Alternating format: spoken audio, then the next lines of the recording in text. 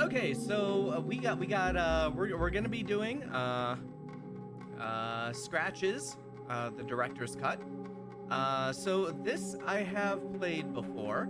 However, I only played it once, and it was around-ish when it first came out. But for many years now, this has been abandonware, more or less. You can't get it from Steam, GOG, really anywhere. I guess aside from maybe going onto eBay or whatever and finding a disc copy for the PC. This is a point-and-click horror adventure game. We're like a writer. We go on a little writing vacation to a supposedly haunted house, I think. I can't remember if it's specifically haunted or we discover it's haunted, but something is going on in this house. And so, I don't know if anybody remembers the remake with Daniel Radcliffe, The Woman in Black, remake of an older, maybe from the 80s, movie from England. I think it was like a made for BBC kind of movie. But in the remake, one of my favorite things in the Daniel Radcliffe remake is that he's in this haunted house. He's like a lawyer, and he's supposed to be, I don't know, getting things together, and all he does is explore the haunted house instead of doing any of his work. So that is what we're going to be doing here. Don't think I've seen this one. Yeah. A lot of people haven't played it. But it's always been on lists, like if you look up like specific like good horror games that are specifically like point and click adventure games.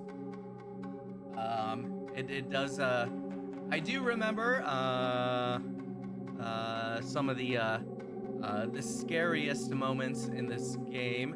I don't remember exactly when they pop up, so I'm but you know, there's a good chance that I'm not going to be jumping and running out of the room, but they are very good moments from what I remember. But yeah, let's launch right into Scratches, the director's cut. Oh yeah, and there's a little, we'll probably do this too, there's like a little DLC they kind of added to the director's cut, which is kind of like a after the events of the game, really quick kind of game.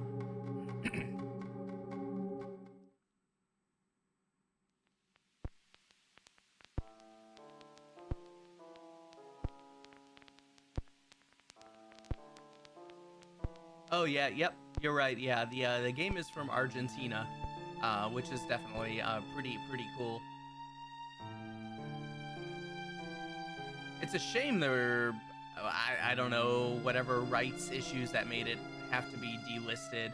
That kind of sucks. And we got Jonathan Boakes, Darkling Room fame, maker of the Downfall game, not Darkfall games, and the Lost Crown, which we did stream much earlier in my streaming days.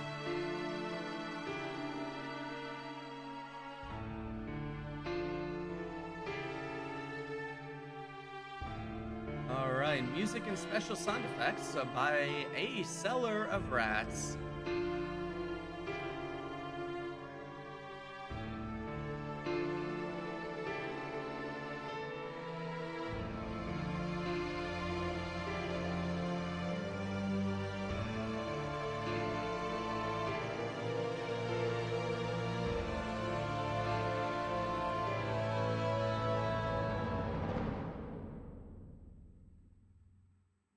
I arrived at Blackwood Manor one cold Saturday morning amidst a thick veil of fog.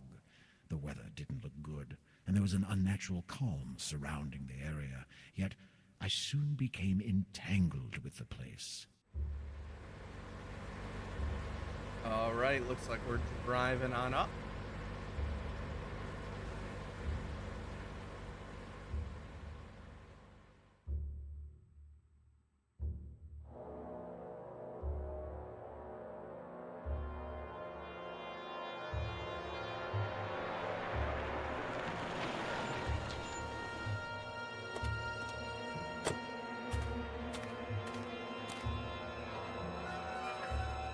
cool car, heck yeah.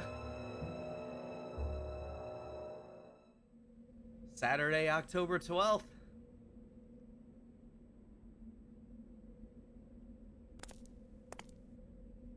The cloudy sky above me seemed rather unsettling and almost made me lose my balance. I felt a curious urge to run for shelter, and my new home in the distance seemed very inviting. The imposing main gates were guarding the entrance to the manor. Even if I wanted to leave, I could not do so on foot.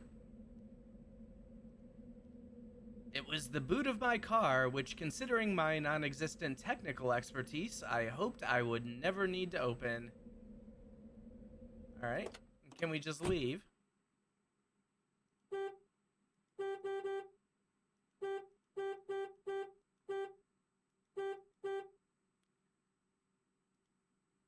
It was the car's starter.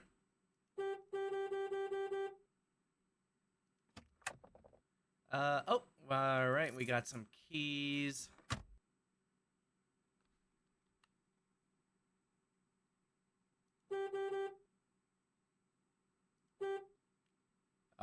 Alright. Let's get out of here. Yeah, let's just go ahead and get a save. I gotta remember to save. There's not gonna be any autosaves. Oh, okay, right click is inventory. What do we got here? Journal, I guess.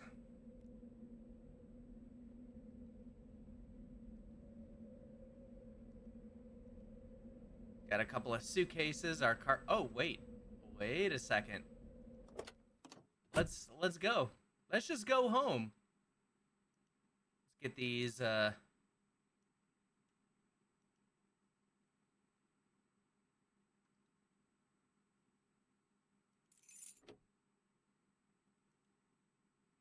had only just arrived, and the idea of driving again wasn't very tempting. Fine. We'll just leave those keys in the car in case we need to make a quick escape. What do we got over here? A hefty lock was preventing my entry to the garage.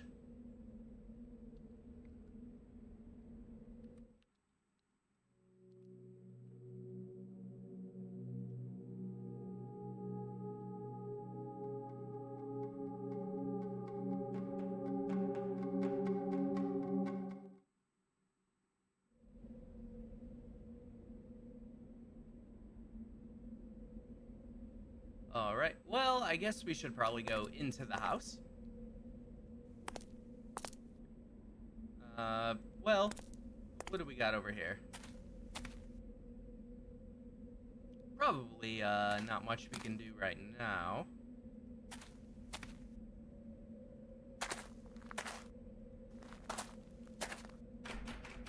The door to the greenhouse was stuck, probably due to some serious rusting of the hinges. All right. Well, I'm sure we're gonna get access to all that stuff later. Let's try. Oh, what do we got? There's a small pool of water below the arching tree. All right. Cool.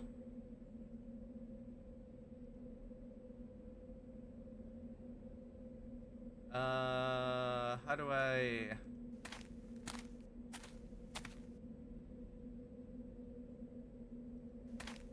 Okay, there we go. Let's just go inside. Let's check our new house out here. It looks very nice. Modern. New.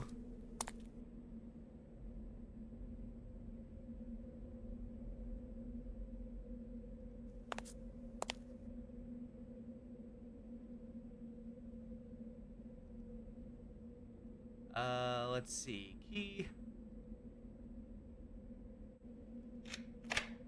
With very little effort, the key unlocked the front door.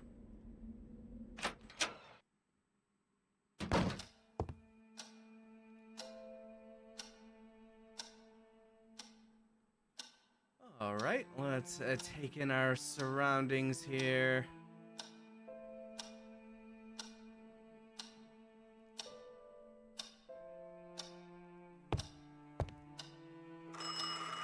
There was a huge vase of oriental craftsmanship standing by the window.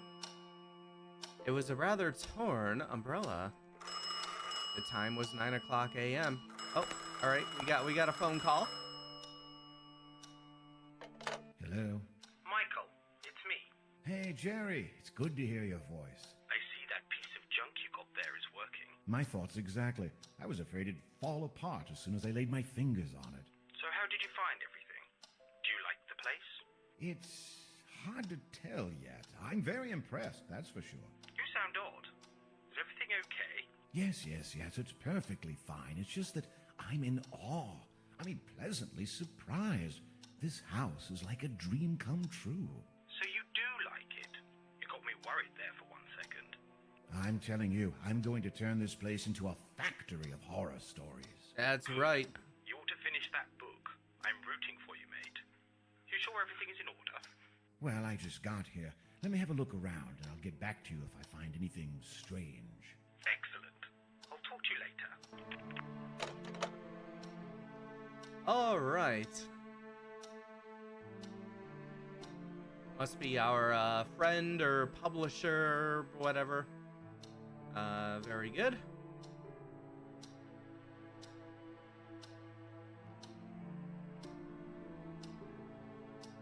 All right, nothing to see here.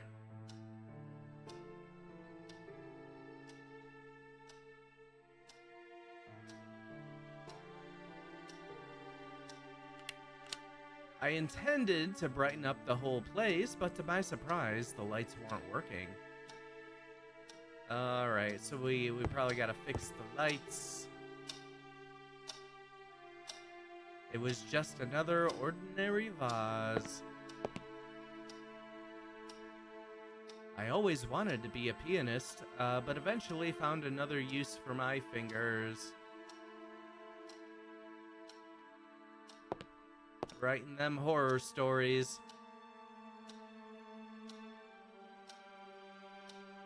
A fancy red clock, which sadly wasn't functioning. A generic standard lamp, still it was elegant and tasteful. The place was full of exquisite, albeit aged, candelabras. It's interesting that you can look around in 3D, but you move between locations like mist. Yeah, it's a little kind of updated with like the being able to look around, which is definitely nice.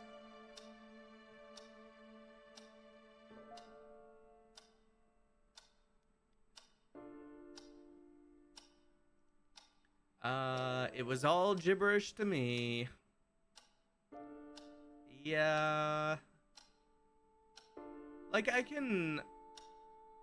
I know how to read music more or less, with basically being in band in school from like 5th grade to 12th grade.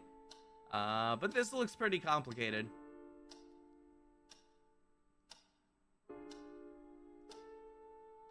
There's just notes all over the place.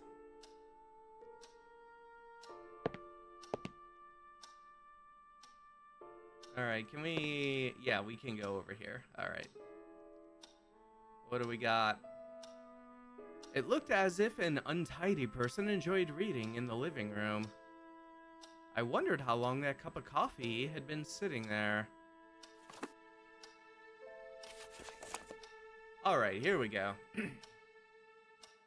April 20th. During a fit of rage. That looks like during a tit of rage, though. That totally doesn't look like an F to me. Anyways, during a fit of rage, I burnt my previous diary. Not that I regret it, as if my disjointed notes were worth anything. Their only purpose was to keep me sane. I feel that this is my escape route, my only means of finding some inner peace. Whenever I put my pen to this paper, I feel that I can reflect upon my situation. I just wish I had more options, that's all. But I'm rambling. I must think clearly. Focus. Focus. May 20. Wow. I was gonna say May 22nd.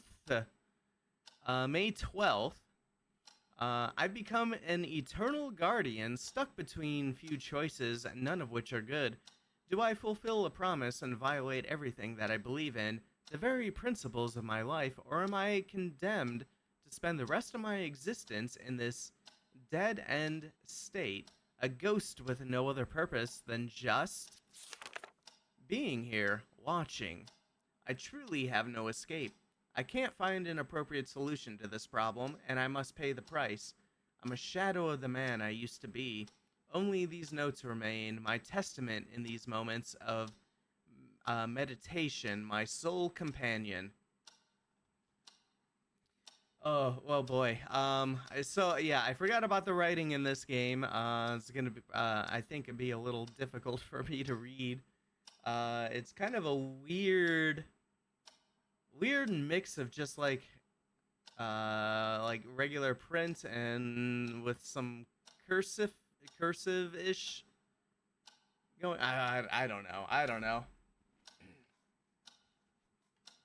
Like this word down here, natural, looks like natural. Anyways, June 26th. Today I spent the entire afternoon staring at the window, my mind a blank. Oddly enough, I really didn't care. It seems now as though it was something natural for me, a part of my personality. But I know the reason very well. I've lost my soul. I'm an empty shell, devoid of any feelings. I renounced them on that fateful day. And the worst thing is, I knew there were going to be consequences. No, that's not true. Consequences were far worse than I expected. How could I be so blind? January fucking 20-something. I often wonder what would have happened if we had simply reversed it all. What would happen if right now I came out and told the world what really happened? No, I'd end up rotten in jail. Although, that might be a better destiny compared to this eternal suffer. Oh, what is this? Emo. This guy's so emo. November 17th? I can't say for sure when it began. I just heard them one morning coming from the next room. The whispers. Are they real? Have I been alone for too long? They won't stop. I can't stand it any longer. February 9th. Ever since I locked it away, that everything seems to have calmed down a bit. Perhaps James was right after all. It's madness. I know, but at this point, I'd be inclined to believe anything. May whatever. Over the years, I was convinced that everything James suffered was a misfortune, a whim of destiny. For the first time ever, I'm not sure anymore. I never thought it could happen, but I believe I understand now. If this is so, then cursed be my soul. Poor James. If I had acted in another way, then maybe things would have worked out differently.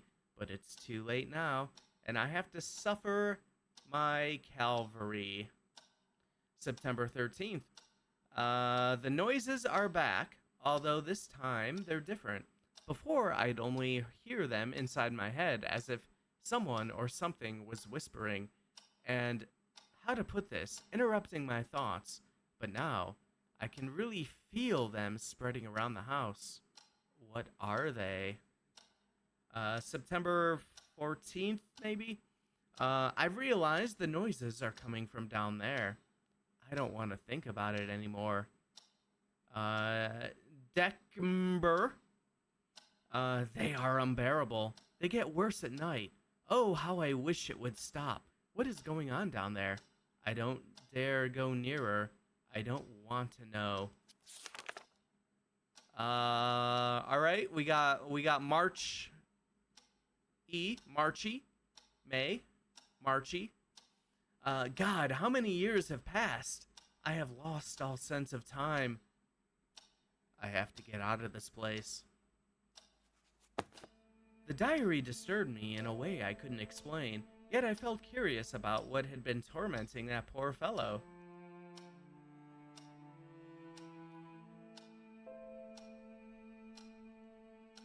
It looked, oh, alright, just a painting. Nothing, the fireplace had a generous amount of wood in it, and I was relieved to know that I could warm the place up in case it got cold. I'm certainly not good at chopping trees.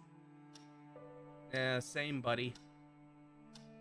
I've never chopped a tree before.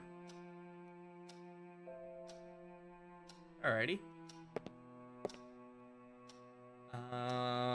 Let us, hit save here.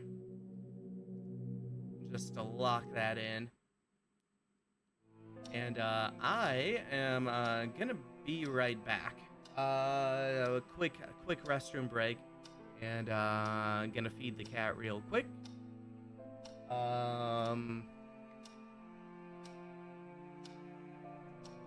Because I got the death eyes going on. She usually doesn't hang out here very often while I'm streaming, but it's meal time, and she's always so famished, like she's dying. So be right back, and we'll continue on with some more scratches. Get into the mystery of this spooky house. All right, be right back. Alrighty, we are back. Back to play some more scratches. Just in case I tried again, but still, there was no power. Alright, let's see what's in here.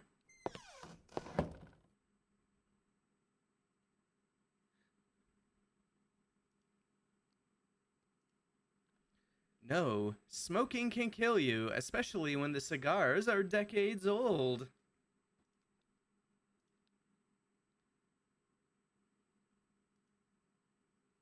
The little drawer wouldn't open.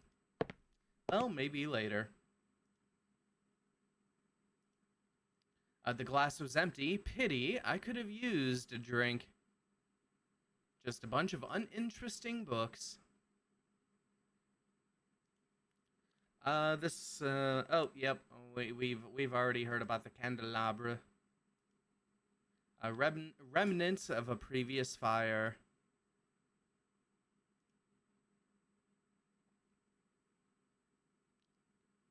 All right, let's head over here.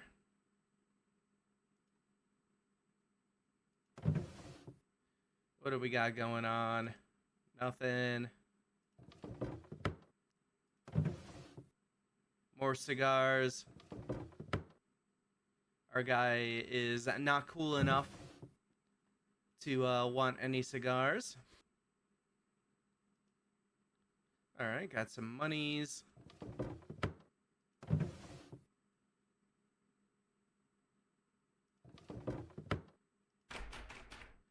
That drawer is locked up. Oh boy, here we go. All right. Strap in, everybody. February 6th. The construction of the railway bridge is almost complete and went quite smoothly. It took longer than I expected, yet I wish it would have lasted longer. I will be very sad to leave South Africa. I've become so attached to it, its culture, its arts, over the past few months, that I can't help feeling as if it was already a part of me. I will surely return someday.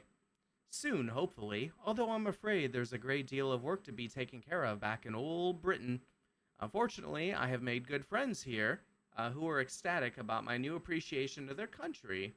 They have offered me some wonderful objects as a token of gratitude, which I have already created and got ready to ship, along with many trinkets I bought myself. It looks like I'm about to start a very substantial collection. It's a good thing Catherine agreed to move into our new house. although I fear several renovations will have to be made, even more if I'm intending to start a serious new hobby. It seems I'll have to get back to work. John Patterson has just told me some natives are causing trouble, a very unfortunate thing, although I'm secretly rejoicing. Oh, God, why?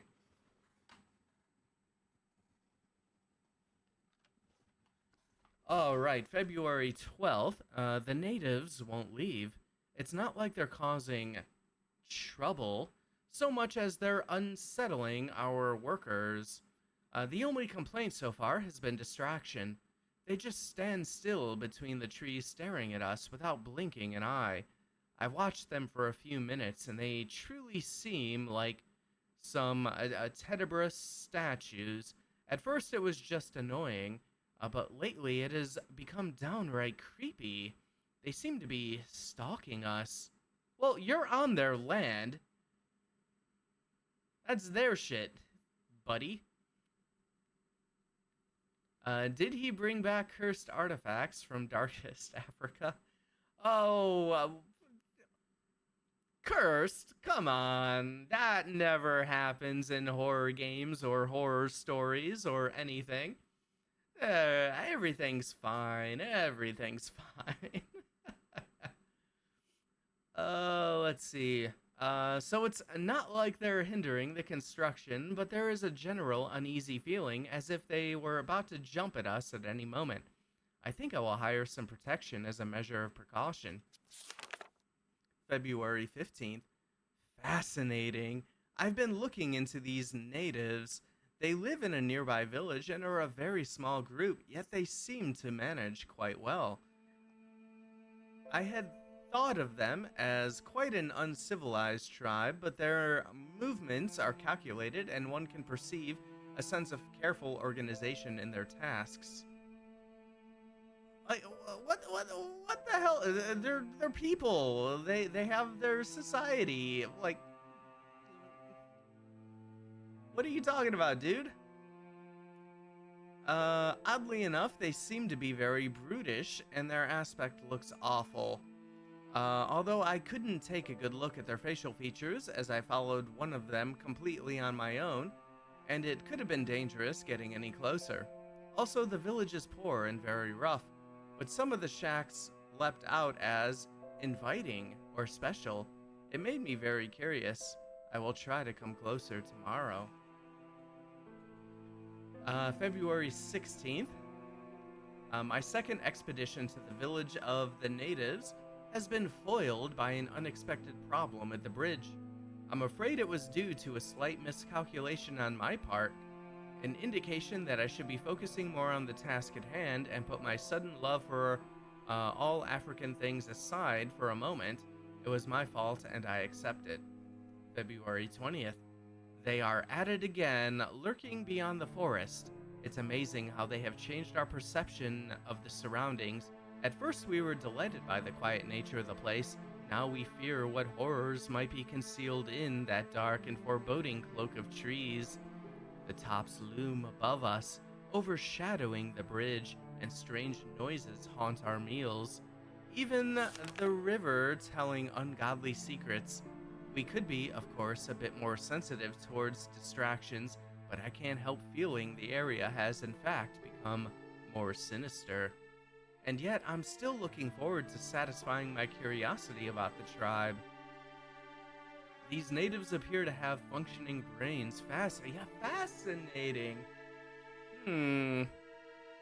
February 24th. At last I found something more about the neighboring tribe. This is an incredible finding, and I just can't withhold my excitement. Some elders at the local town happen to know about them, but only through stories they heard. The most surprising thing is that the tribe was assumed to be extinct long ago, but according to my vague descriptions, the elders think that we could be dealing with a legend here. Everything they ever learned of them was during their childhood, when the tribe was stalking the town, much in the same way they have been stalking us. People used to call them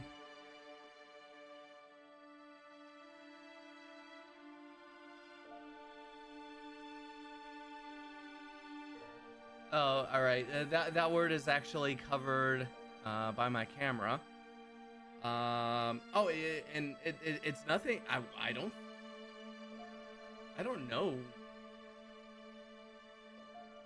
Uh, what is this? Dithom?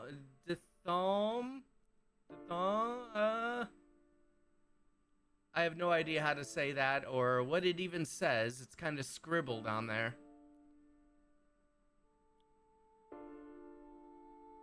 As such was the sound of screams heard echoing late in the night.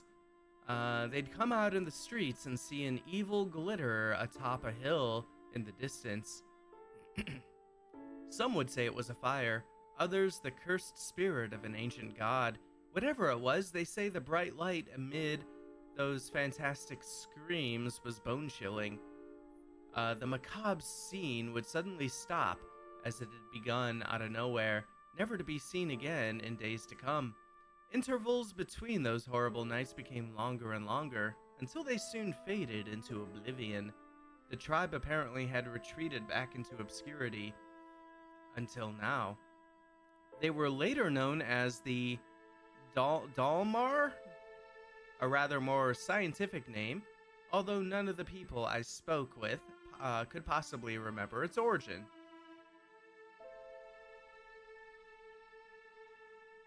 I find it extremely surprising that nobody has heard about this tribe with the exception of a few townspeople. They must be incredibly rare, and judging by the stories passed on from generations in the town, very old. Yeah, probably means something racist. Yeah, you're not wrong. February 27th. I will confess that I've become nearly obsessed with this strange tribe. I see them as the most prized goal of my appreciation towards all South African things. Okay. These people are things now. Great. I'm happy this guy probably got cursed. A dangerous yet irresistible reward. I feel as if they were my discovery. Yeah. They're not just living people. You discovered those things, apparently. My God. I simply have to study them before leaving. I fear I won't have the chance to ever again. It has become an important goal of mine, even more important than finishing the bridge. Oh, buddy, you're gonna get fired. March 4th. Finally, I have managed to see them. My God, what a disturbing spectacle. When we arrived, they were moving around the village very slowly, without speaking or communicating with each other, each minding his or her own business, completely alien to the rest of the world. They were filthy looking, coarse, and downright disgusting. I couldn't see any weapons, but they could have been stored somewhere. It was all very strange behavior in a tribe. They must be quite unique. Then, as if they had suddenly all become possessed by some wild spirit, they began shaking spasmodically and screaming like mad. Some of them dropped to their knees and lifted their heads to the sky, eyes blank and moaning in an indescribable way. And two of them walked away, still in that monotonous and slow manner, and in the great contrast to the rest of the scene, into a shack. The next minute they brought out into the open an odd-looking mask. Its shapes, colors, and overall looks, while unsettling, were mesmerizing, and I felt instantly hypnotized by it. It rendered my modest collection of African curiosities into dull and uninteresting items. The mask was very ominous, and the whole tribe seemed to greatly revere it. Soon they began to gather around it and move in circles, fluttering and chanting a guttural psalm. Judging by their motions and aspect of the whole ritual, it must have been some kind of war ritual. I'm not sure how to explain what happened next, as I feel my pulse is already throbbing. Words fail me to recount the most disturbing thing I've ever witnessed. I don't know. I'm seeing all kinds of fucking words on this place, Mr. Wordy guy. Jesus. One of the male villagers walked into the middle near the mask by his own will. It was an almost automatic act. All of a sudden, the remaining members became silent. I can't tell for how long it lasted, but I was afraid to breathe. Uh, or rather, I was afraid to breath. I think Dalby and the others were also scared. They wouldn't even blink. I remember being soaked wet and expectant. The silence was so unnatural. Then a few members separated from the people circling the mask and jumped on the single villager, beating him to death. Oh, okay. To be completely faithful to the event, the small crowd tore him apart. They grabbed his legs in twos and threes and twisted them in a manner I dare not describe. His face was disfigured, with their bare fingernails and teeth, and the torso soon disappeared under the frenzied tangle of hands. In a matter of a few minutes, the villager was turned into a red sack of bones. Not one of the attackers had the compassion to snap his neck during the sickening process. All was very methodical, as if it was just another mundane task. The most terrifying aspect, though, was that the victim didn't even cringe. The silence was so deep, I could hear his flesh ripping. I would expect any living creature to scream its guts out in such a condition. I can't tell whether he was drugged or half asleep, but I did recognize him dancing like everybody else before walking into the middle of the circle. It was the most outrageous and sadistic sacrifice I've ever heard of. I don't think I will ever forget what I saw. I mean, yeah, I probably wouldn't forget seeing that either. If this is our guy when he's at a loss for words, I'd hate to see how he writes when he's feeling chatty. Oh my god, right? This guy just won't shut up. Uh, my intentions of approaching further, even if they didn't have any weapons at hand, vanished. Those creatures, I dare not call them human beings, could have killed my whole company in the blink of an eye with their rage. They seemed to be completely out of themselves and willing to destroy anything intruding into their path. While the images of the sacrifice still haunt my thoughts, I still can't seem to forget that mask. It was so deceptible?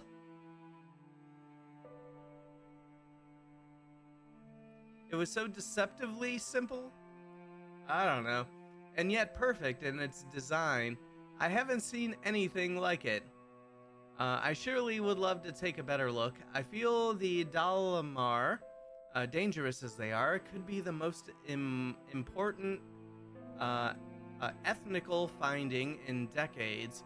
What I've seen today is crying for some further investigating. I just can't leave them like that. I could never forgive myself. And the mask. That mask.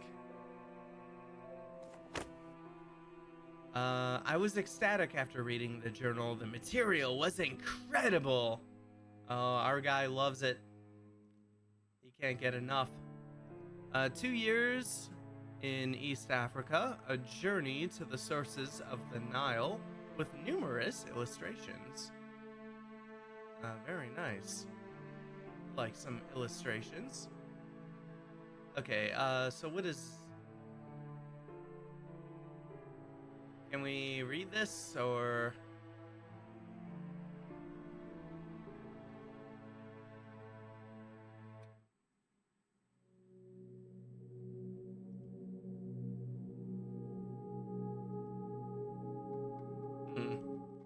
Alright,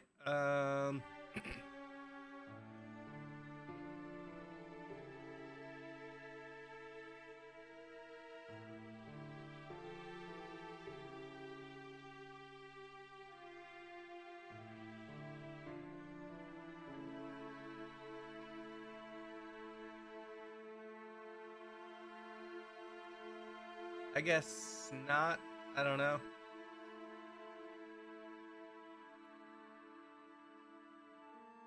Alright, let's head over here. look at it go.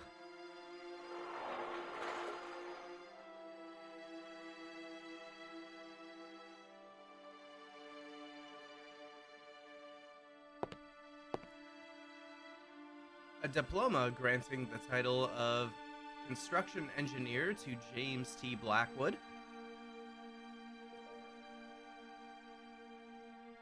Most of the clocks in this house weren't working. Several trophies for remarkable accomplishments adorn the room.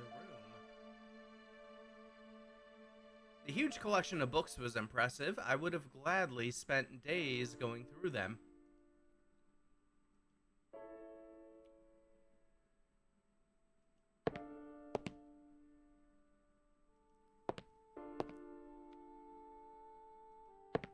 Alright, let's check this door. We still gotta figure out how to get power going.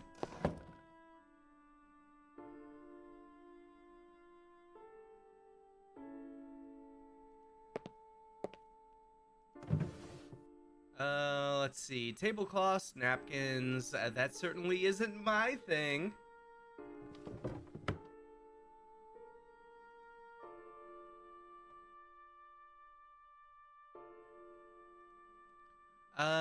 Just some useless junk. That's all that's here on this table. Absolutely useless junk. I guess that's what happens when you don't water the plants for a long time. Yep, I guess they die. Who knew? I couldn't decide what was more impressive, the incredible collection of books in the study or the amount of booze in the dining room. Look at all this booze.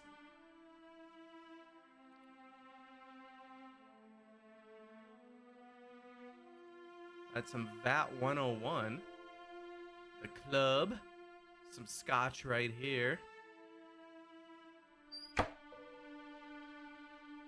That doesn't seem to open.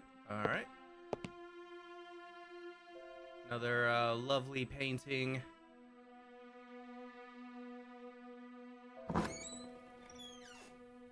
Napkins? Who needs them? That's right. Oh, okay, right. That brings us out here. All right, let's go deeper into the house. We'll explore the first floor here, and before we head upstairs, maybe see about fixing the power. Probably down in the basement, I would assume. All right, more stairs. Several vases of African craftsmanship were standing against the west window.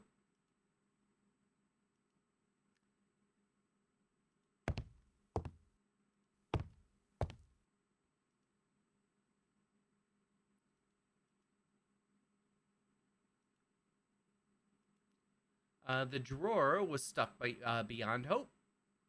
And we are a vampire, of course. Nothing new there. All right.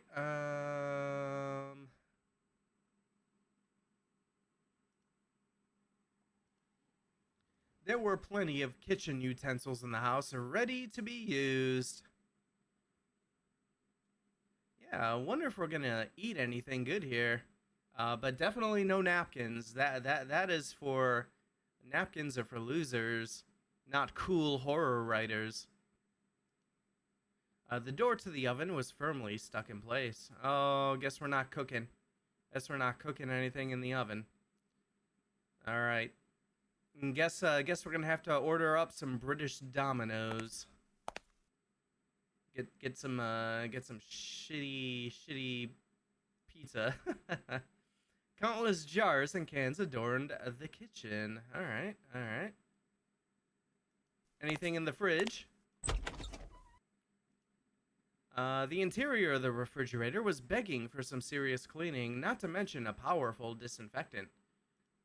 Oh, looks like we got a plate of bones, a bottle of booze, a couple other bottles, some empty plates. Yeah, someone should get on that. We're here to write, not clean.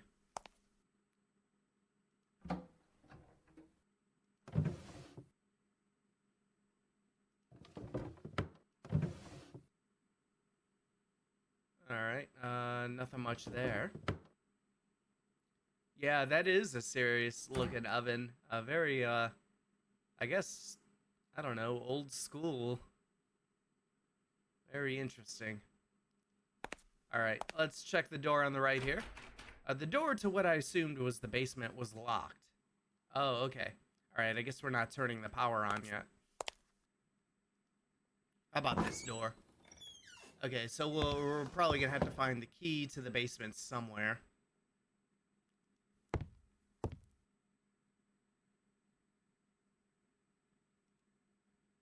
Oh, all right. We got housekeeping. Good book.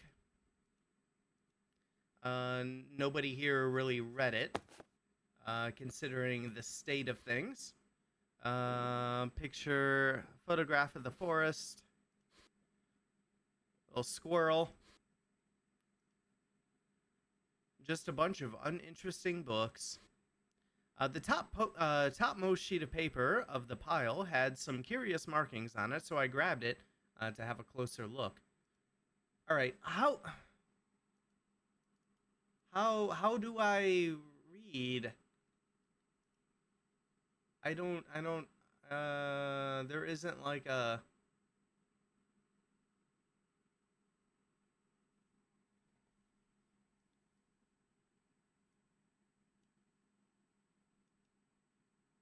Oh my God. The magnifying glass. I'm an idiot. I must have thought I just had a magnifying glass like I'm fucking Sherlock Holmes or something. It was a piece of paper with some strange markings, and I was sure there was much more of it than a. Wait, what? Hold on. It was a piece of paper with some strange markings, and I was sure there was much more to it than at first seemed clear. All right, can we look at the envelope? The envelope was empty. All right, how about our luggage? My loyal typewriter was inside the case. The suitcase was holding some of my stuff and was awfully heavy.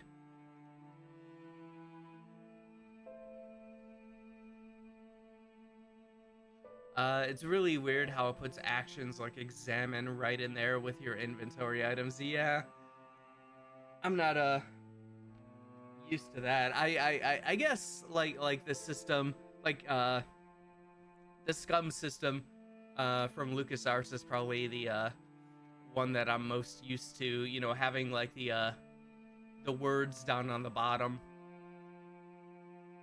And then even like some of the more modern ones where you would like right click and it would bring up like a bunch of options, or you would just right click and your cursor would change to like view, talk to, all that kind of stuff. But that's fine, that's fine. I just gotta get used to it. This is an old school indie game from Argentina. It can be as janky as it wants, because I remember it being pretty cool. All right, more forest. We got like a bridge.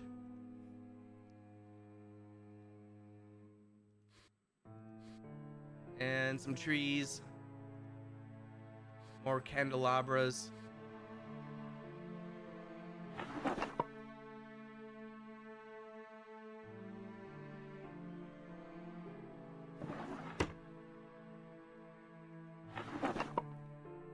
All right, nothing there. What do we got? Just some useless, all that useless junk. We don't care about it. It looked like whoever stayed in this room loved photography. I mean, absolutely they did. A practical photography class and paper, a manual, portraits by agency, blah blah blah, stereoscopic pictures, a paper on the method of taking stereoscopic pictures, by Charles A. Long.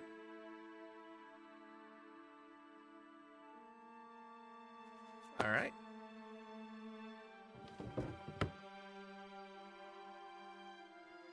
Let's see. On the Wikipedia page, it says that this game was made by 2 people, which is pretty impressive since it's fairly nice looking for 2006.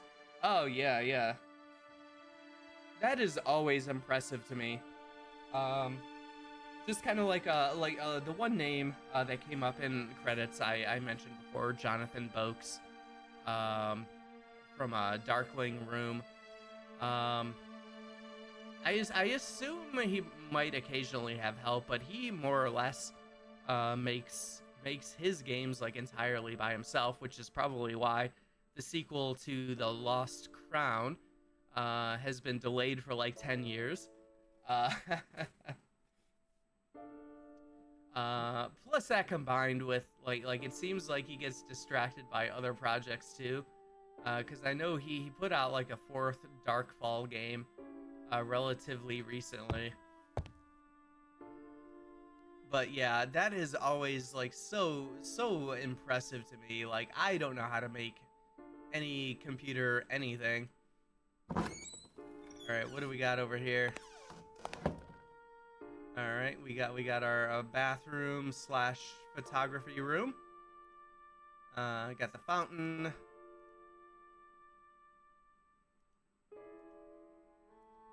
Got a mausoleum.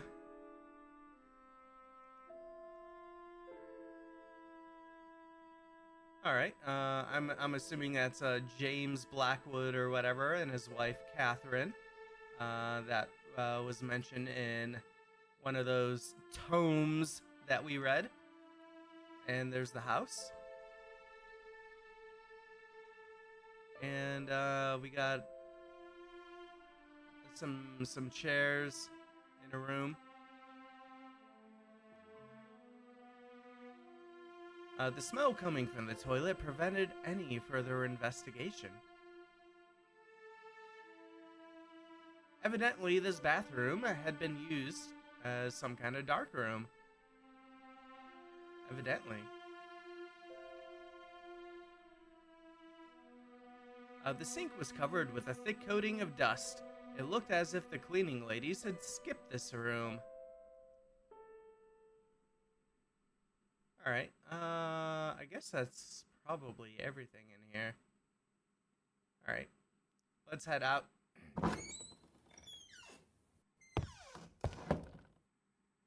I guess we'll try going upstairs.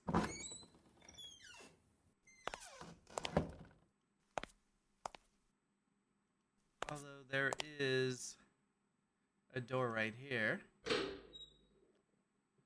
Oh, looks like that goes back outside. So there's more to look at out here. We'll save that for later. We probably are gonna find a bedroom to dump our suitcases off and everything. Maybe start writing.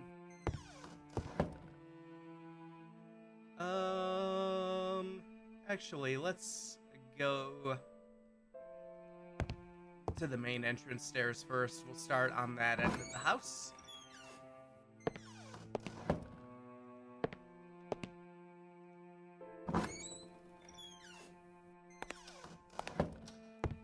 There we go.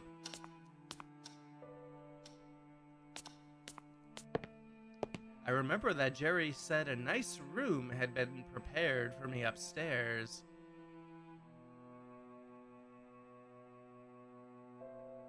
Alright, let's see if we can find it.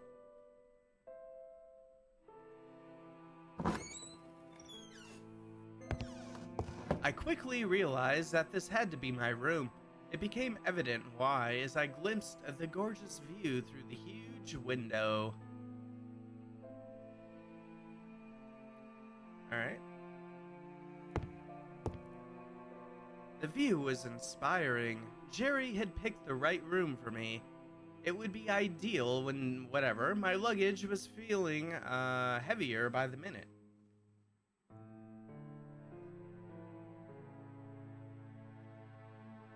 A beautiful oak desk was standing against a window with an extraordinary and inspiring view.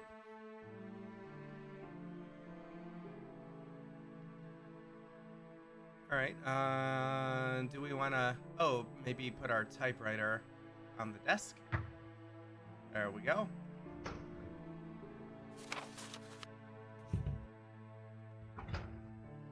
Look at that. Just typing away. Oh, there's no clickety clacks. That's very disappointing. I was eager to start doing some work, but the idea of exploring the place was too tempting.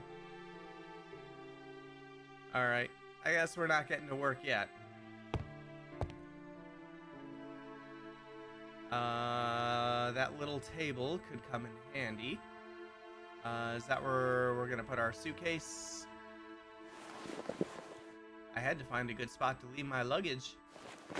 Alright, what do we got? What do we got? We got some shoes. We got a shirt. To Michael. Arthate.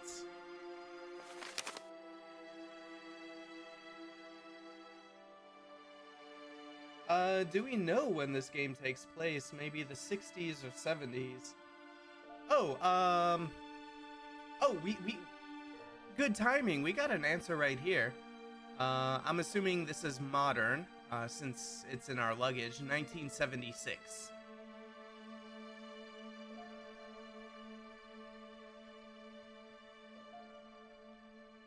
All right, cool. Good to know. I wasn't sure. I didn't remember when exactly this took place. But yeah, like I didn't know if it was specifically this house was just old school or what. But yeah, like I guess that makes sense. Like our car is kind of old too. Yeah, I figured from the car. Yeah. Which is very cool. My God, I love watching movies from like the 70s, for example. And some of those cars just looked as boxy as a lot of them were, just kind of like that old school vibe with the cars. Is something that I've always liked.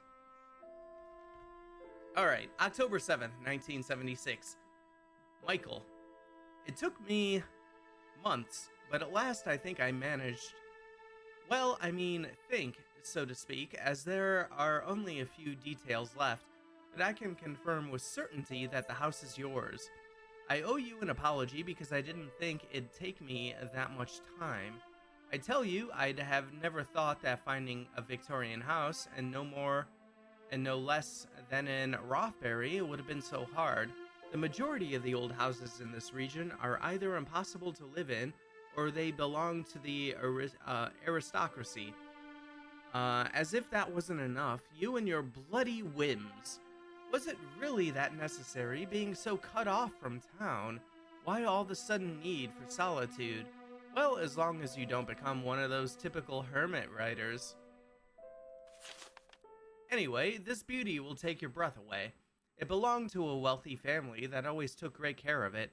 Around the mid-60s, it became the property of one person, I believe a friend of this family. He lived there for about 5 years or so, and then abandoned it. Yes, you read right, abandoned it. As far as I know, this lunatic, a renowned doctor, spent his last days getting drunk in lousy bars before vanishing from the face of the earth. Okay, so I wonder, that first note that we read about the guy thinking he was cursed and kind of going crazy, maybe that's this doctor guy and not specifically Jonathan Blackwood. Again, while I have played this game years ago, I don't remember a lot of the actual story, so it's kind of nice getting all this again. Why someone would do that is beyond me. The house then became the property of National Trust, and surprisingly enough, no one ever did anything about it. That is until I rescued it from oblivion, of course. It took me a lot of work, so I hope you like it. The price is just as we discussed earlier. I know it's hard to believe, but the price of the interior was never agreed upon.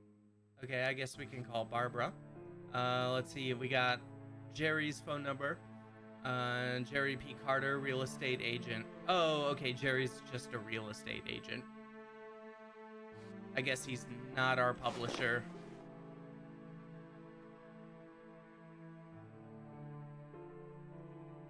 It was too early to go to bed. And I don't know. It's never too early anymore. My God.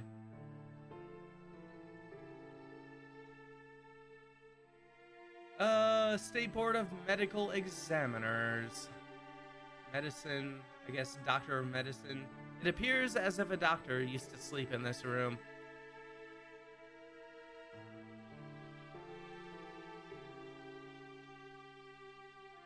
The stone in the fireplace was cold to the touch.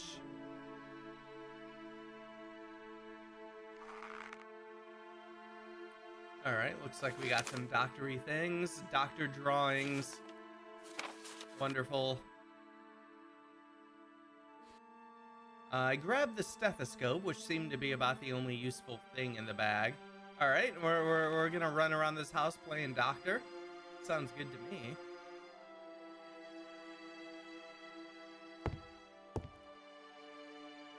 Yeah, lots of famous writers were published in Playboy. Yeah, it's fascinating to me.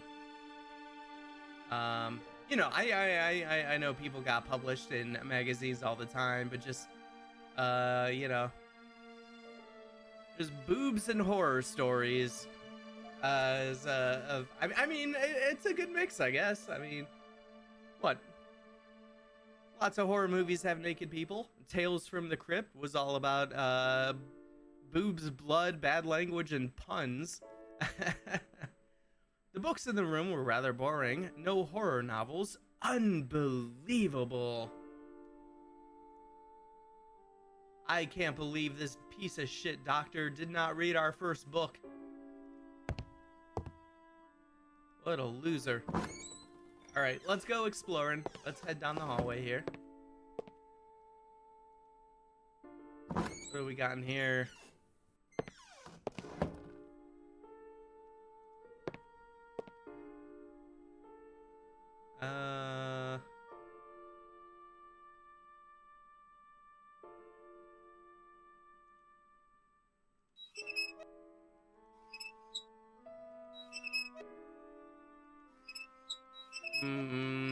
Okay. Something puzzle related? We'll just move it.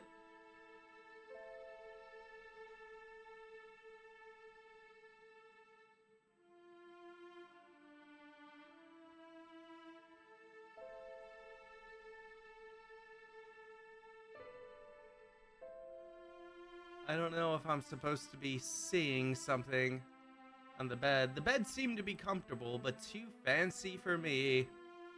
Yeah, look at this fancy ass bed. Let's get away from it. All right. More boring shirts. Oh, hey, I wasn't done. I was not done looking. All right, now I am.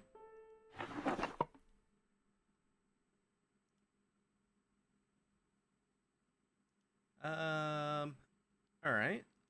I got some kind of shattered picture frame.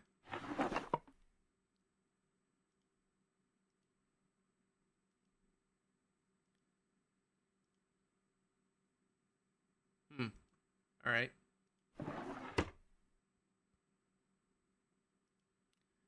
Books on engineering, maths, physics, not my thing. Yeah, we know you love your horror, Michael.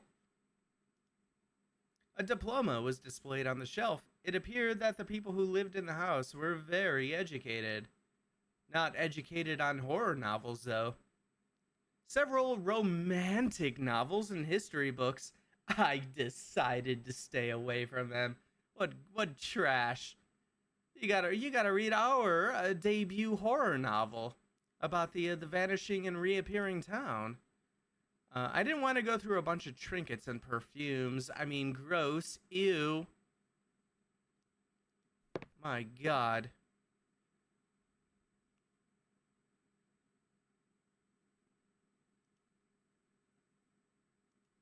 All right, all right, all right. Let's get out of this fancy pants bedroom. We're too good for that. What do we got in here? I was unusually surprised after entering the room. It was some kind of gallery, its theme being African culture. Oh, alright, here we go. Are these our cursed horror objects?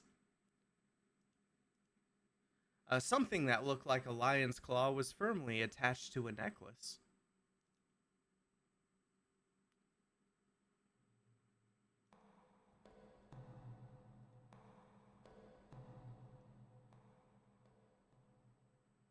Nothing to really look at over there. All those masks, they made me feel very uneasy. They seem to be guarding the room.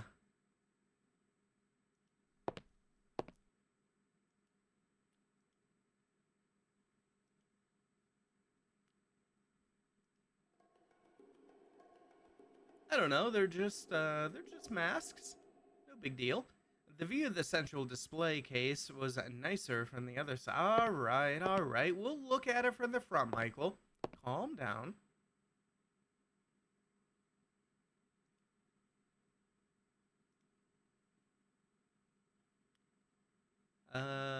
Anything down there to see? No. Down here. Nothing to really interact with. All right, let's look at the front of the case. Cool.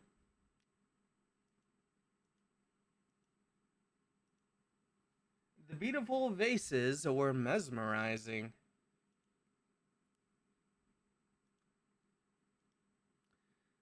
Yep, very, very mesmerizing. Very cool. There's a museum around here that has lots of African and South Pacific ceremonial masks. They're pretty cool. Oh yeah, yeah. That stuff is pretty neat. Um, yeah, I love like all that kind of stuff. Just museums in general. Let me see like all that cool old school shit. That stuff is very awesome, very fascinating.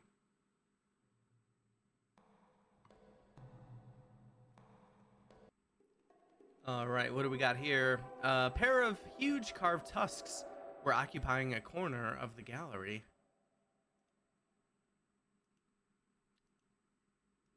It wouldn't move. This display case was holding perhaps the most impressive items in the room. Okay, this says it wouldn't move, so maybe we move it later. All right. All right, nice little gallery. Certainly not a museum collection, but a lot more than most of us have of like historical artifacts. Oh, was there? Yeah, let's look over here. The lamp seemed to be broken beyond repair, probably the souvenir of a hazardous journey.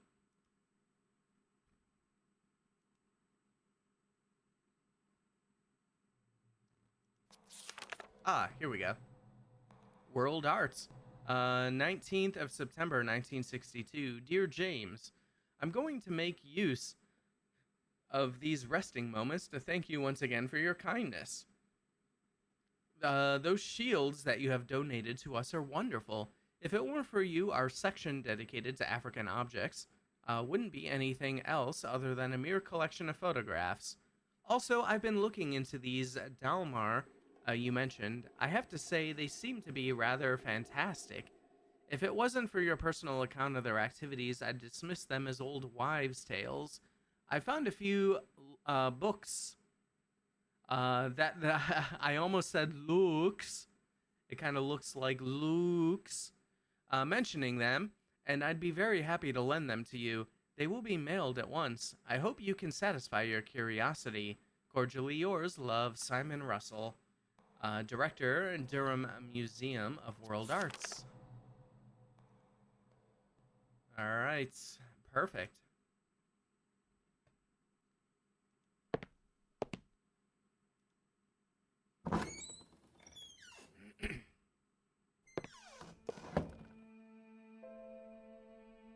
All right, let's head down here.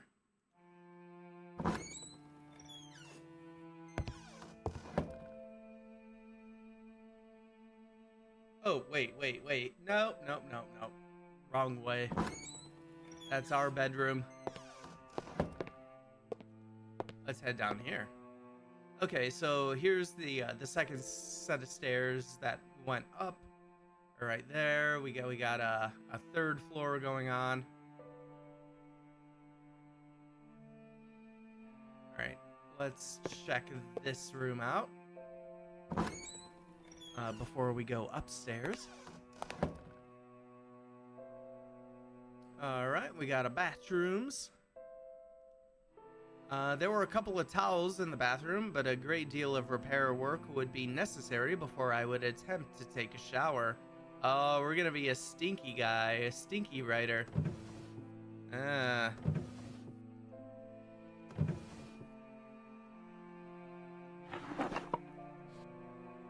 Alright, I guess we got some kind of rag.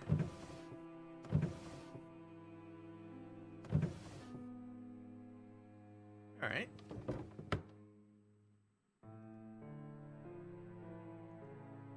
Apparently, the water wasn't running. Jerry, you couldn't get any of this stuff turned on before we moved in.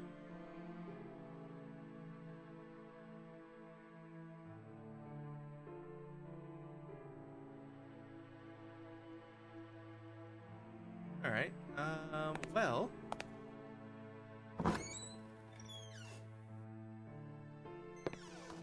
Oh, I should save. I gotta keep remembering to save. I don't know how bad any random crashings will be. Not that we can't, speed run. If that does happen.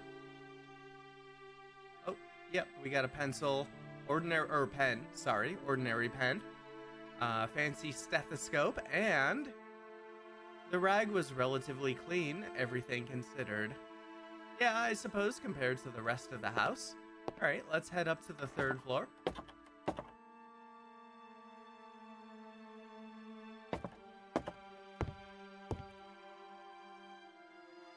Oh my gosh, there's a fourth floor. All right, we got a big ass house. What a deal. The door seemed to be stuck.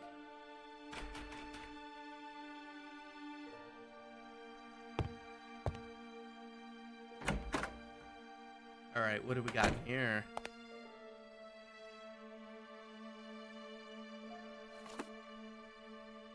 All right, we got something. What do we get? It was a small metal rod that I found in the upper bathroom.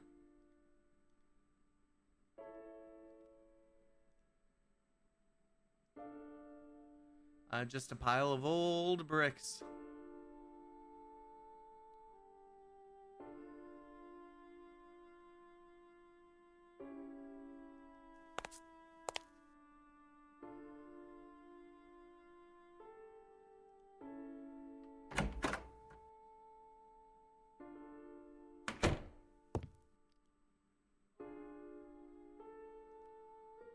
The amount of trash in this room was unbelievable. Yeah, Jerry said 2 people came in here to clean up. Did they even touch this floor? I don't think so. A neat little stove was standing on a plank.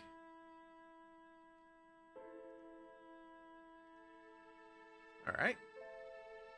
Maybe if we can't figure out how to open the stove in the kitchen, we can cook a little something up here. I don't know what. I didn't even want to imagine the piles of rubbish that were inside those boxes. It's the designated trash room. That's right.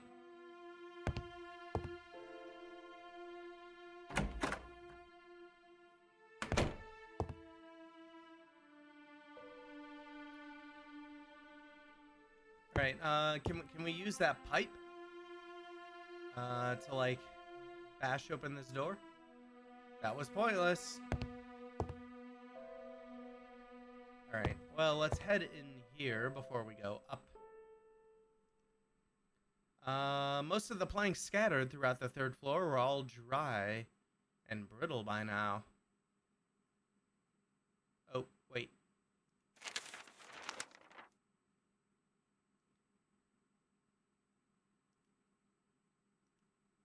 Just a piece of newspaper. Oh. The door was locked, but I could see a key on the other side through the keyhole. Who's ready for the classic adventure game puzzle on how to get a key that's on the other side of the door so we can unlock this door?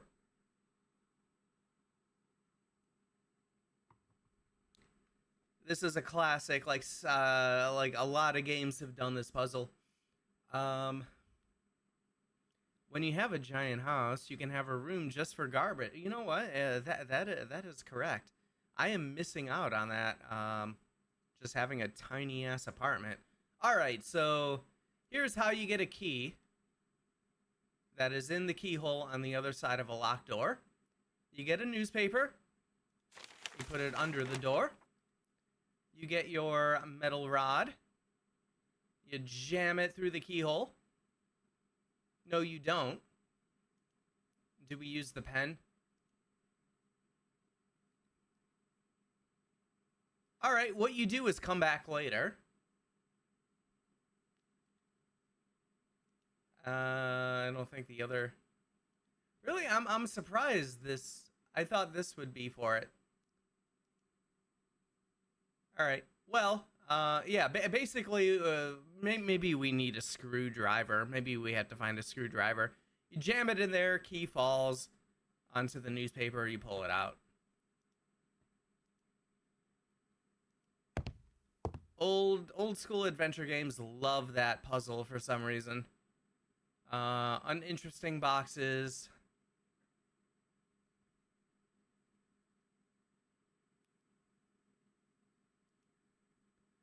Pile of old bricks. I see a trowel. That could be useful. All right. Well, we got this weird spiral staircase. Let's try this one first. I don't know if they both... I'm assuming they both lead to the same place. Oh, maybe not. Weird. Okay.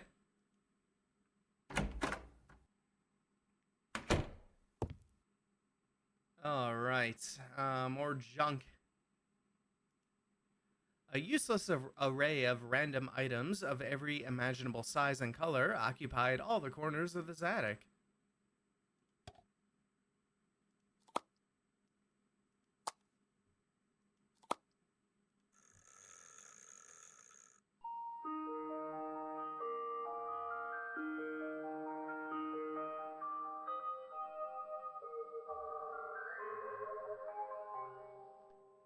Very nice. Very nice.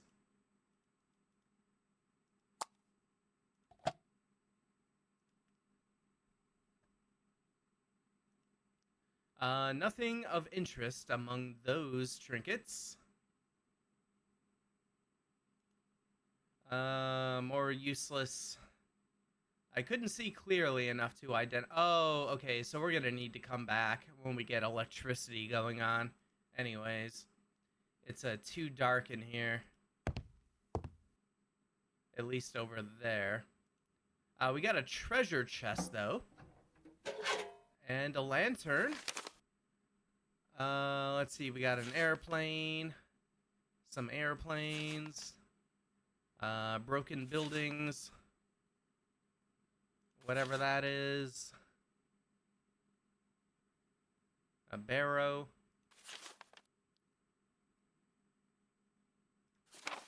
Old house. Get the advantage. Join our circle of satisfied patrons. See the best super pictures. All right, we got a meat packer receipt. Someone got 3 meat cuttings. Here's our team.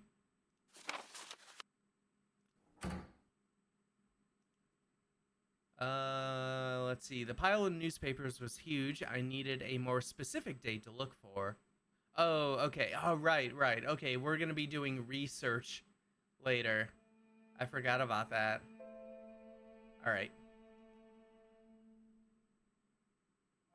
Okay, let's check out the other staircase, I guess. Music box, horror game confirmed. Yeah. Oh, there's just so many of those little tropes. The old-fashioned lamp made me think of exciting adventures I've always dreamed of going on. Yes, like in an old castle, making a dark descent with nothing but a lantern and some tinder boxes. What an amazing adventure. A couple of old and rusty lamps adorn the top of the tower.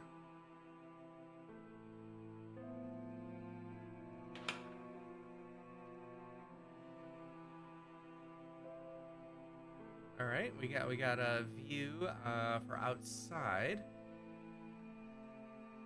But what? Oh, there was a large crack in one of the walls in the tower. Can we hear anything through it with the stethoscope? Couldn't hear anything out of the ordinary. Can we bash it with this rod? That was pointless. All right. Things to do later on, of course.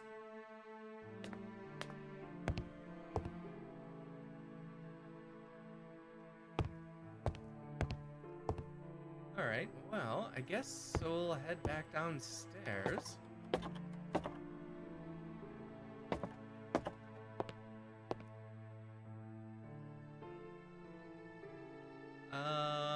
All right. So we got a lantern, we got the rod, we got that rag, stethoscope, empty envelope, a pen. What to do?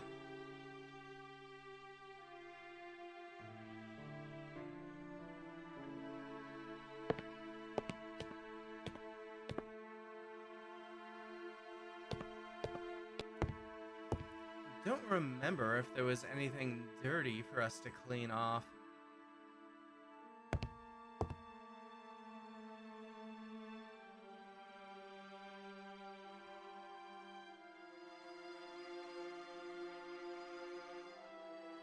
Oh, okay, yeah, they'll, I just saw what you wrote. The lamp doesn't have any oil. Which I just tested out. Yeah, there's somewhere that was too dark where we can use the lantern. So we gotta find oil for the lamp.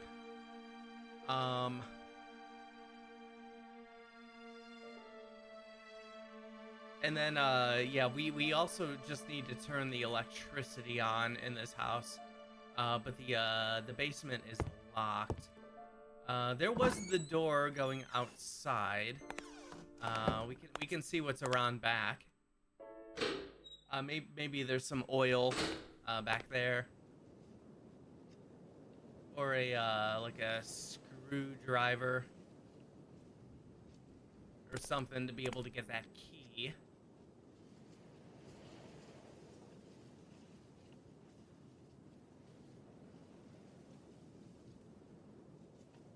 Or maybe there's nothing.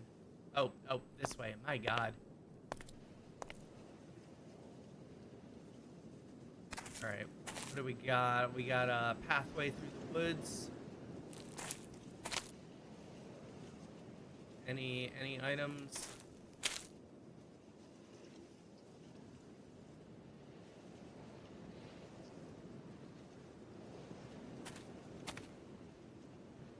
Okay, Blackwood.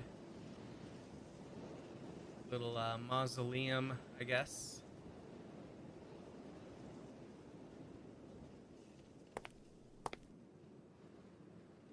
A thick wire was tied between both handles, securing the door to the crypt. Let's cut it open with this rod. That was pointless. All right, so no crypt access for us yet. Okay, so the crypt is around back.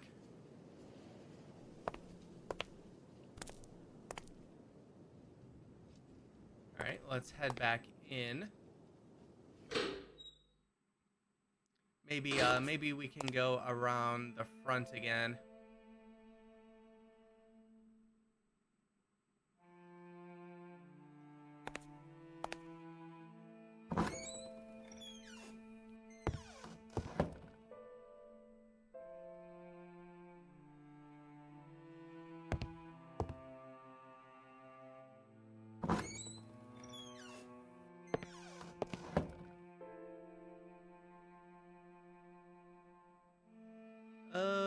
Let's see.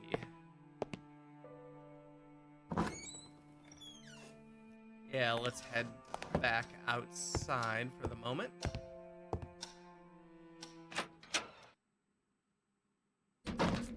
Yeah, who wired the mausoleum shut? That is a very good question.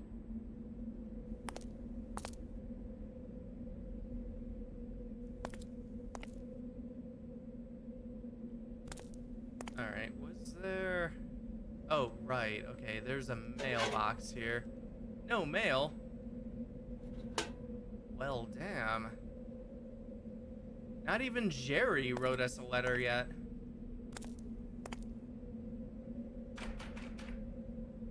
Yeah, can't open that with our bare hands.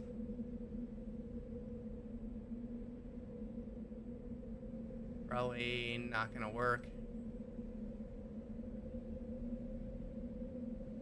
Oh, I wonder... do we... I don't... Did I try the house key on the basement door? I don't remember.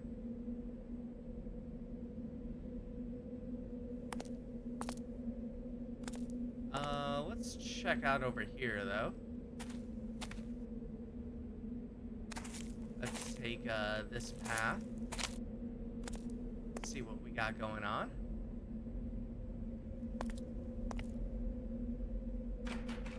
The massive double doors leading to the interior of the chapel were locked.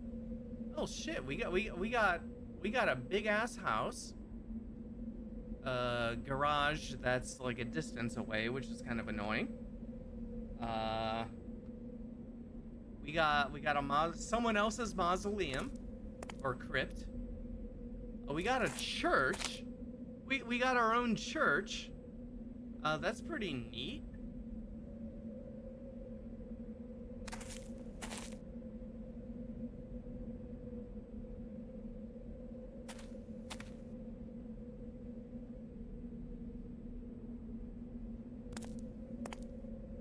All right. Yeah, I want to head this way.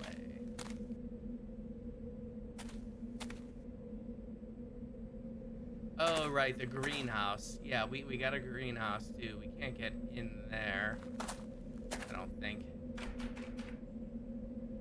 I almost succeeded, but in spite of my efforts, the door wouldn't budge.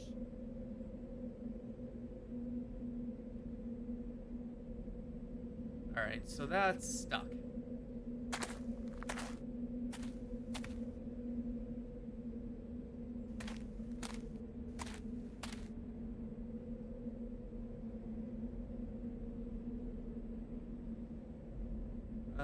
Okay, there's the small pool of water. There isn't, like, any...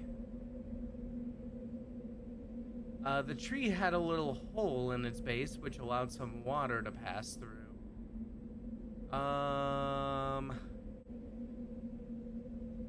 Let me clean our rag in here. It was clean enough, alright.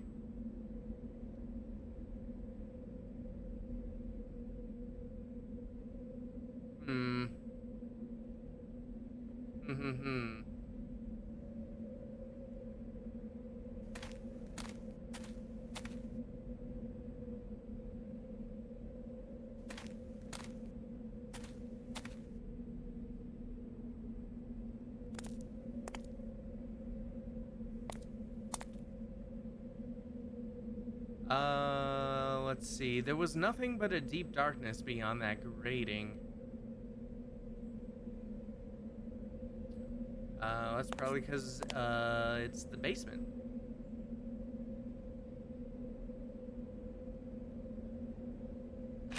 Alright. Let's head back in.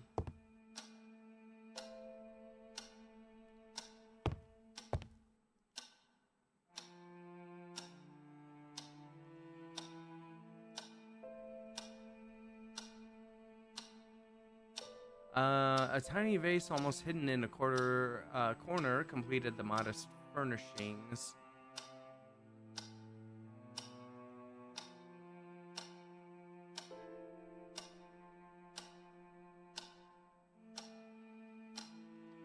Rather torn umbrella. All right.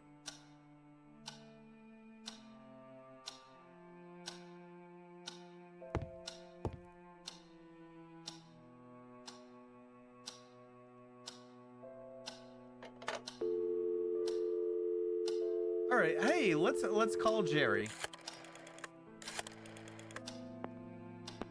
Who wired the mausoleum shut, Jerry?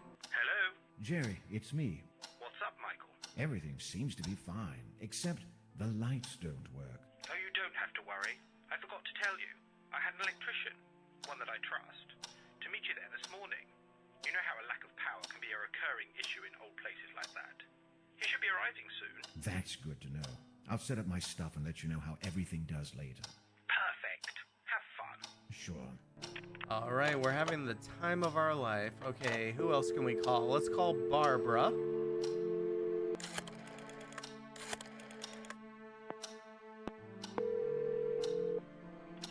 Hello, R8 Productions. R8 Productions? What in heaven's name was that? Oh, hi, boss. I was just fooling around. Well, don't. I don't want people thinking I'm some kind of studio. And don't call me boss. I'm sorry, it's just that no one was calling and all of a sudden I got excited. I told you it was going to be that way, girl. But I still need you there. I just hope you're not being bored to death. Oh, don't worry. I'm studying tongues during my spare time. I love that so much. That's great, but don't lower your guard. As soon as I publish my new book, that place is going to get riddled with phone calls and hundreds of fan mail. That's the spirit, boss. I know your new book is going to be a huge success. Of course it will. As soon as I find a proper ending. And stop calling me boss. All right, boss. Oh, sorry. Thanks. Ha, ha, ha. Goodbye. Good luck. Good thing the phone works, even though the power's out. That's kind of creepy. How is the phone working? Maybe we're crazy. Maybe we're just talking to ourselves.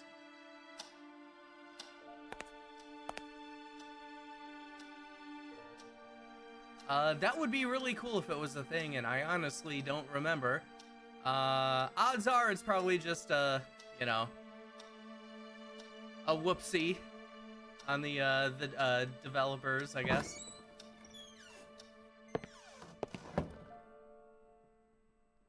All right, let's try the basement again. With the house key.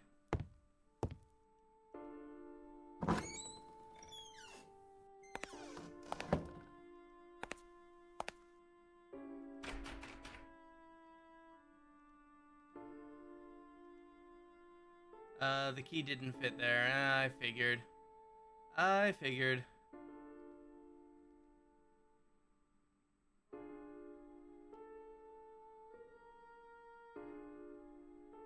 Alright, there's gotta be something I missed.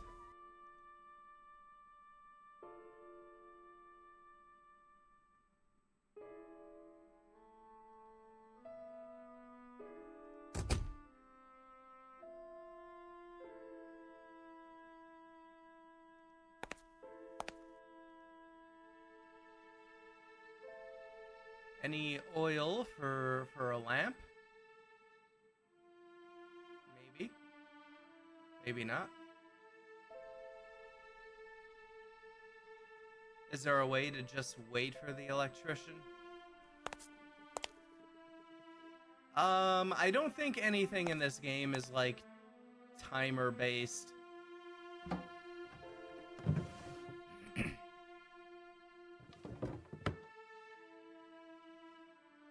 I think it's more, I gotta figure out what to do with the items I have and figure out if I missed picking something up.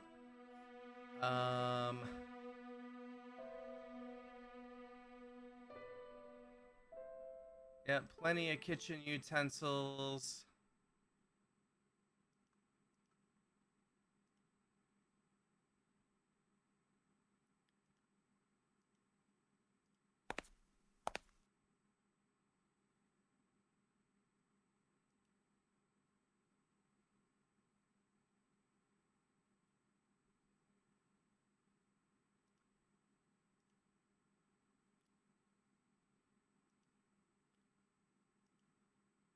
Yep, a stuck oven.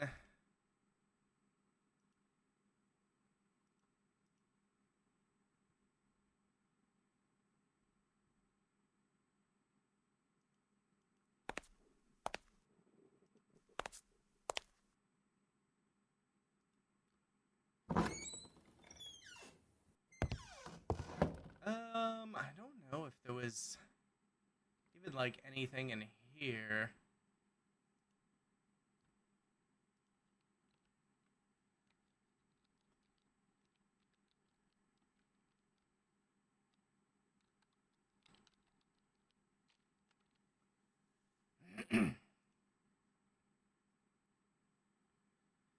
Oh, let's see.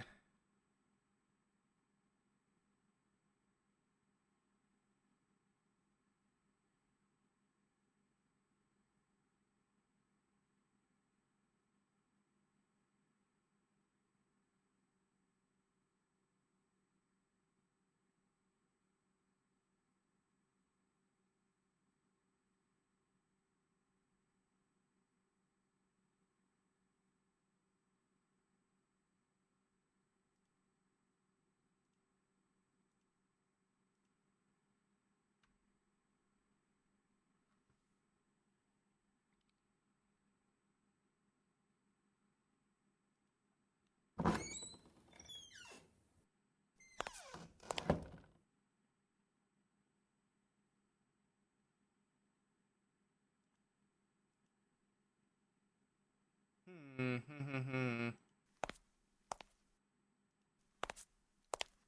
Okay, I can't. These, I guess are not like cabinets.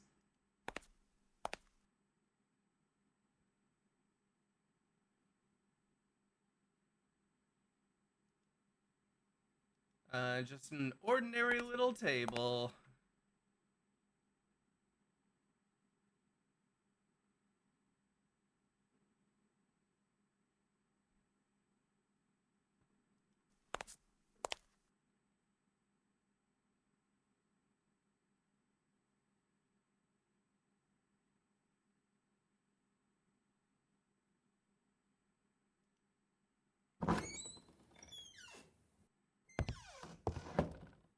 All right. Let's check in here again, I guess.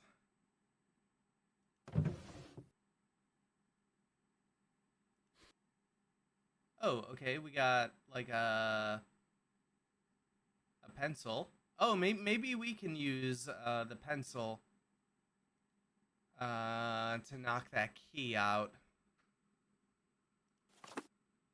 The Practical Photographer. What a good book. Oh, wait. It was an old picture of the kitchen that I had just left. There's a key right there.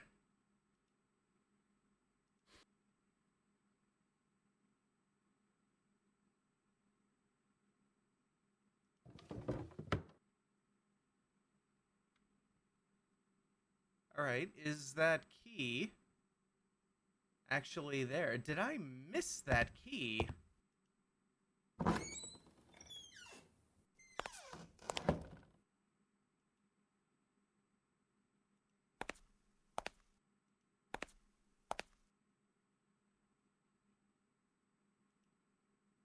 key holder, except there weren't any keys hanging from it.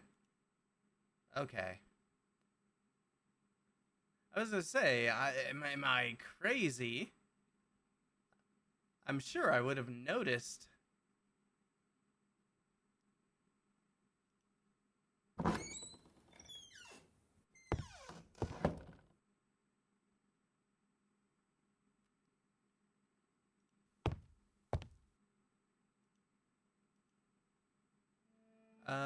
The drawer was stuck beyond hope. About one of these. That was pointless.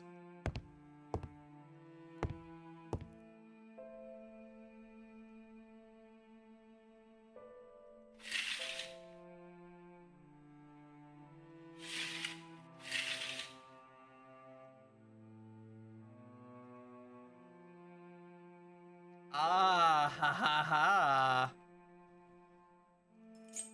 We got, okay, so. Alright, that's a tricky little one. If you didn't notice that you had like a hand thing. Because otherwise you wouldn't be able to see the key in there. That is mean.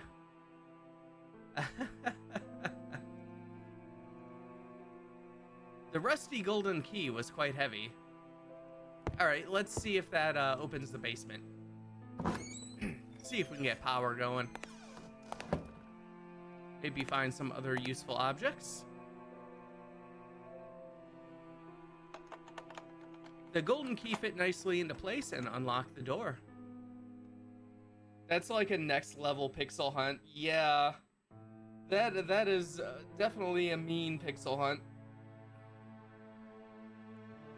Alright, let's head down to the creepy basement.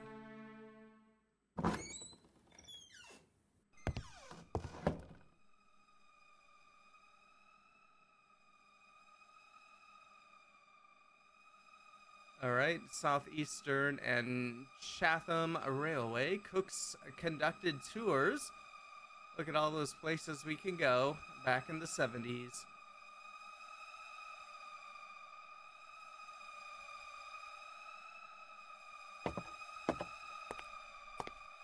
It was terribly cold and damp in the basement.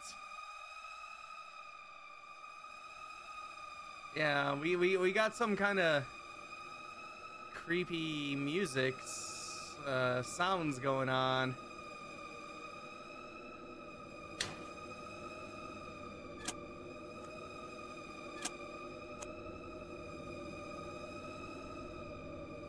There appeared to be nothing wrong with the fuses. Well, we got a fuse box. So another check another horror game thing off your lists. Uninteresting boxes. The atmosphere was dense and claustrophobic. There was a huge furnace covering most of the east wall. I didn't understand why, but I began to feel terribly uneasy.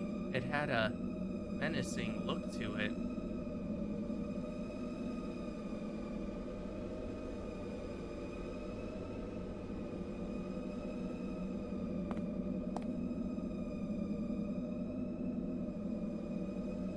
There was a drain cover in the concrete. The valve was stuck and wouldn't budge. I guess we don't really have anything to unstick it. Rod? That was pointless.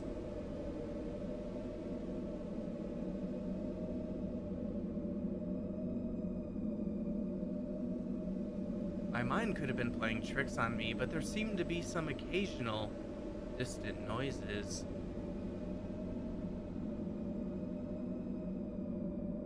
I hoped I wouldn't have to push any of those boxes around. Oh, maybe later. Maybe later. Oh, that's right back there. Alright.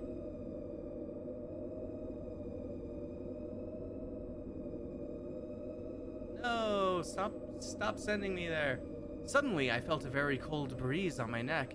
And it was then that I realized I wanted to leave the basement as soon as possible.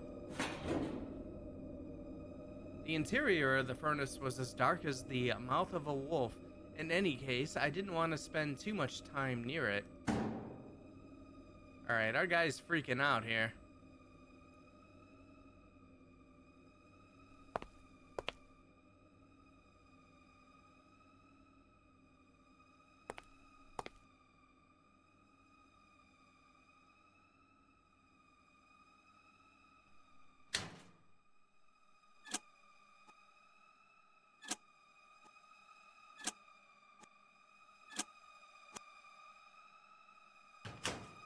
Is that a gas can on top of the boxes?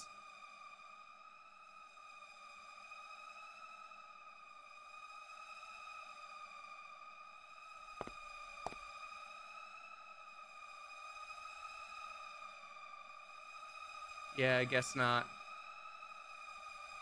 Maybe we would find more things if we could get some light going on.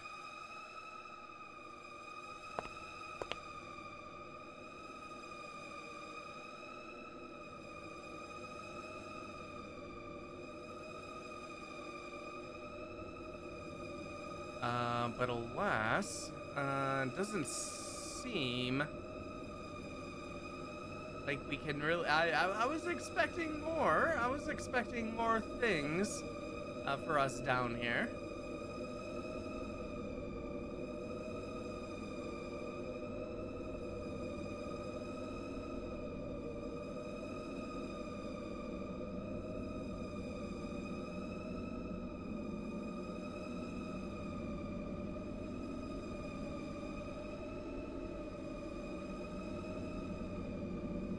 Alright, well, we tried fixing the power, so I guess we're gonna have to wait for the electrician. Alright, Michael, you can go. You can get out of here. Alright, what, let's see if we can use the pencil, in the keyhole on the 3rd floor, I guess.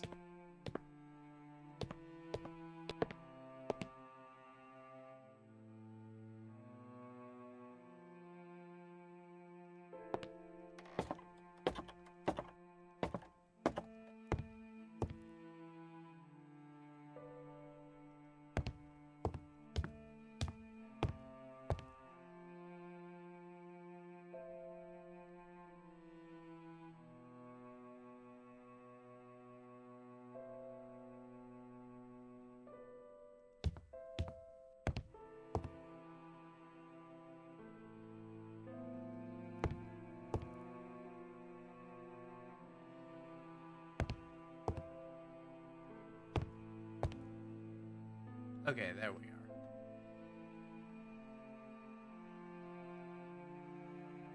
are. The pencil was too big to fit in the keyhole. Alright, what do we need? Yeah, I guess the pen is too big also. Alright.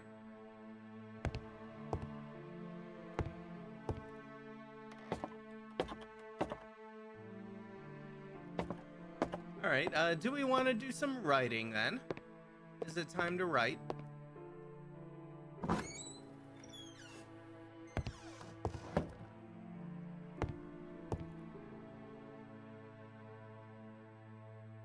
Alright, Michael still wants to explore.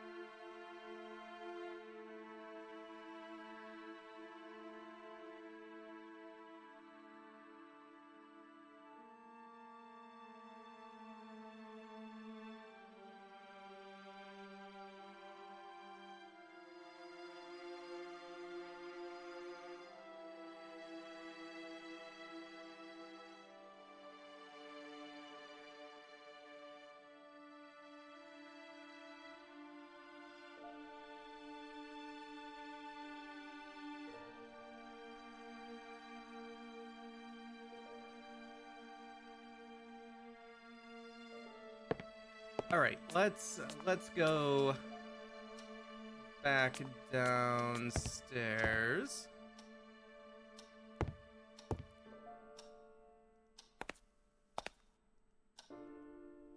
All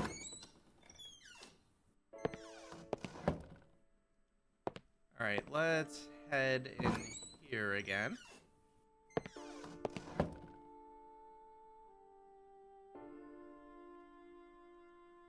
Make sure I didn't miss any. I think this one was locked. The little drawer wouldn't open. That was pointless.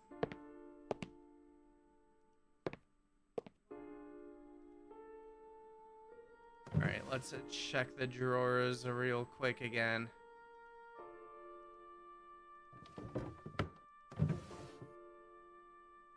Oh, wait. What is that? Alright, well, let's continue checking. Alright, I guess I'm just occasionally missing things. Wait. Oh, no, yeah. We don't want any money. We don't care about that. Gotta pixel hunt.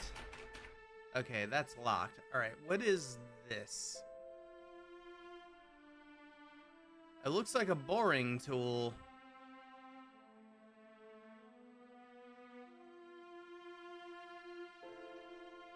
Alright. Sounds good to me. Maybe we can use that to get the key then. I still feel like there's gotta be something I'm missing in the kitchen. There's gotta be drawers somewhere. Why am I not seeing them?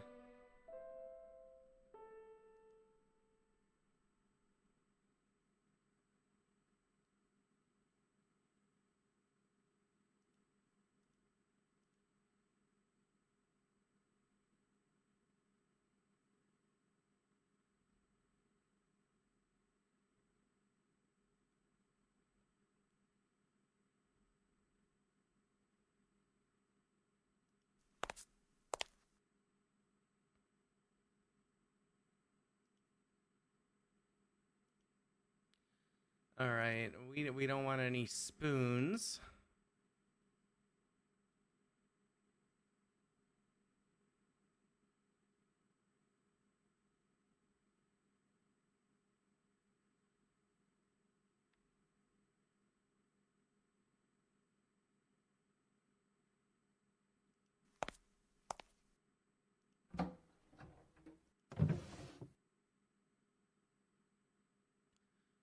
Oh. All right. Apparently I need to do more than just like a quick once over with the mouse. I've missed so many objects. All right. So we got a knife. I was carefully holding a sharp butcher's knife. All right. We got a weapon. Let's go. All right, let's head back up to the third floor again. Let's see if the boring tool will get us that key.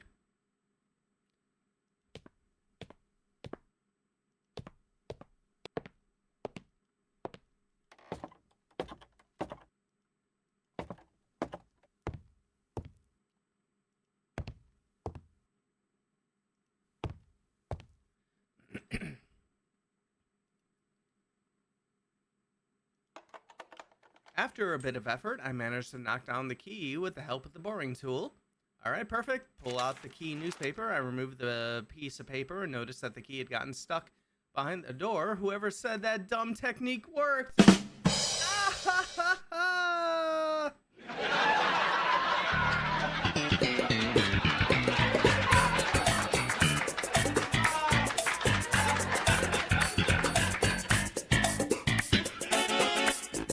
Actually, I love that. I did not remember that at all, that they subverted that adventure game puzzle, that classic adventure game puzzle.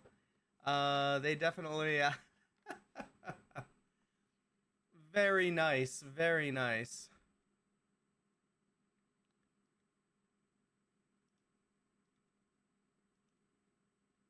No, I could have hurt myself. Can we jam anything under there to get the key? Newspaper again? It's impossible to get the key now. All right, we are keyless.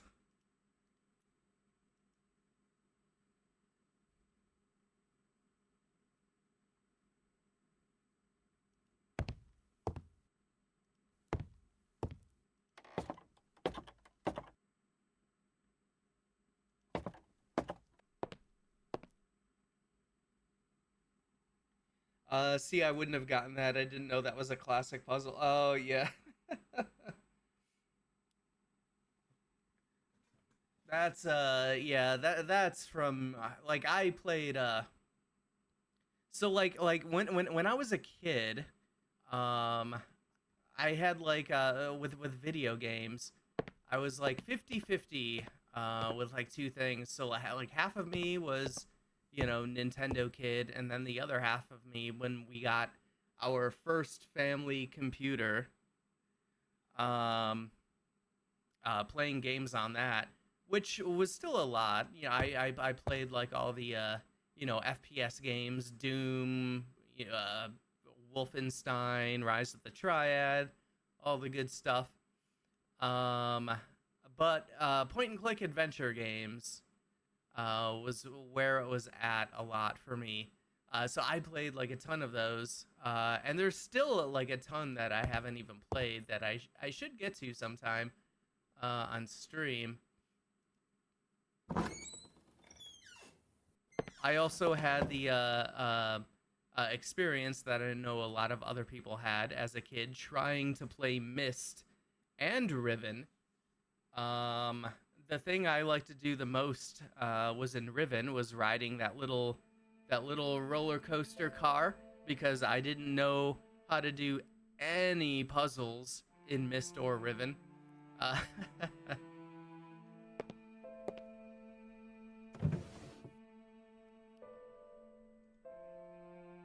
yeah, more napkins. We know Michael. Michael does not like napkins. All right. So what can we do? We got a butcher's knife. Oh! The wire, the mausoleum wire. Maybe we can cut that with the butcher's knife.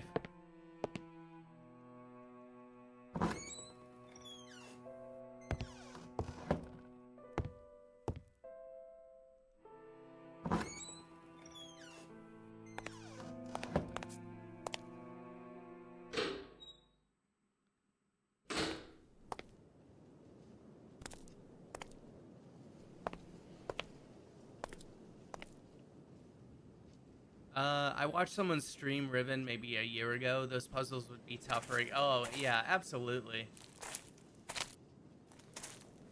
Especially since like it just kind of like all of those games, they just kind of drop you in the world, and you're just walking around just trying to, I guess the point is to just figure out how like the various machines and devices and whatnot just work on your own. Which I guess, as a kid, I didn't really comprehend that.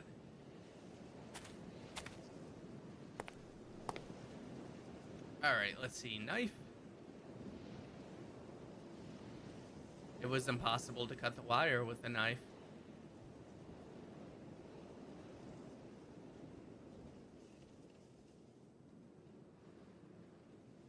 That wasn't useful.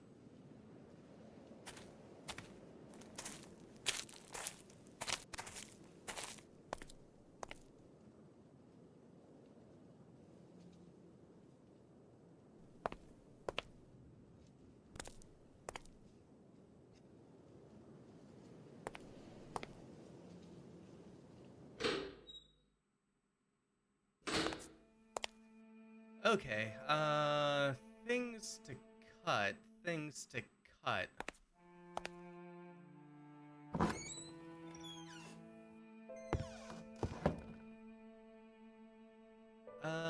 There was also that fancy bedroom that we didn't like being in with the weird mirror that we were able to move for some reason. I'm still curious about that.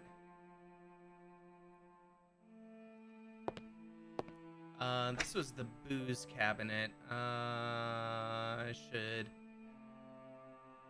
look for anything I could pick up. Yeah, I don't think anything is in there.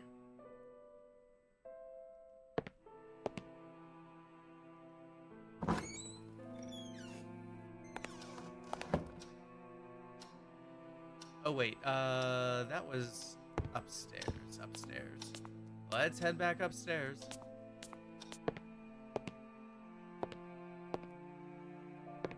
I think this was fancy bedroom. Yes, okay.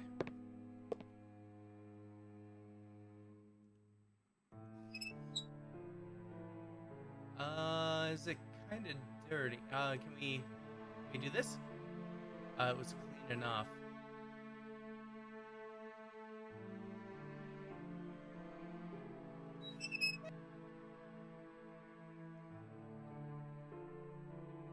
Huh.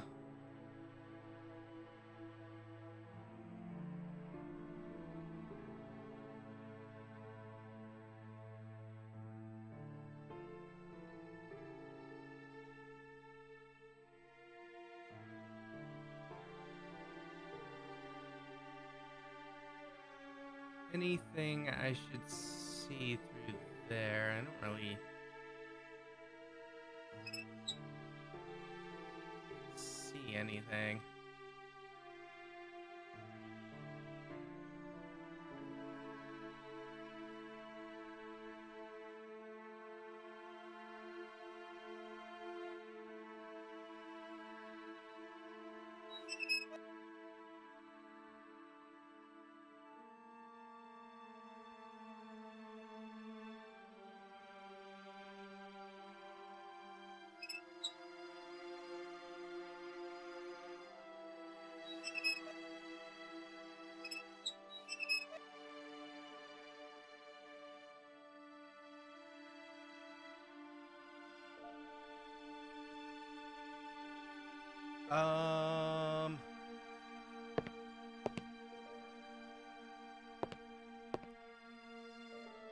Nothing back here.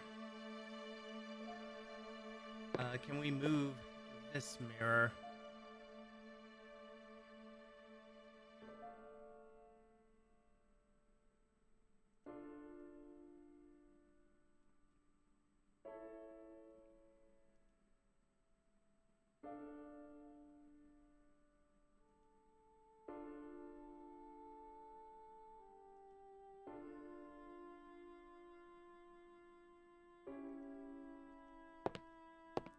Okay, let's go over here again. We'll move that down and then go back and look at it. All right, nothing out of the ordinary there.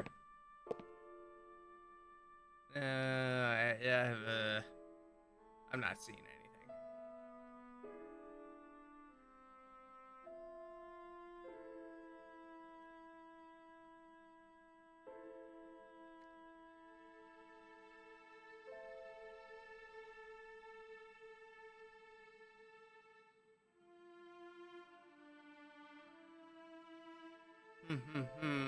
I think I'm probably just overthinking it.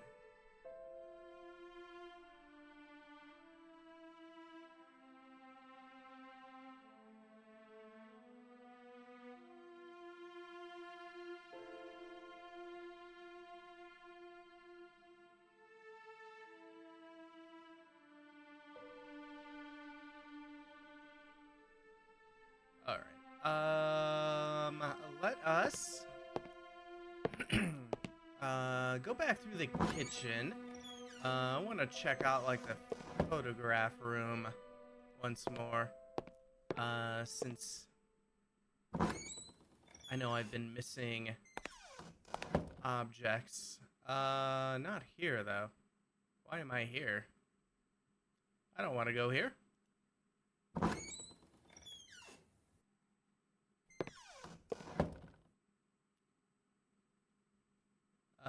I want to go downstairs. Oh, is there? No, nothing there. More pointless mirrors.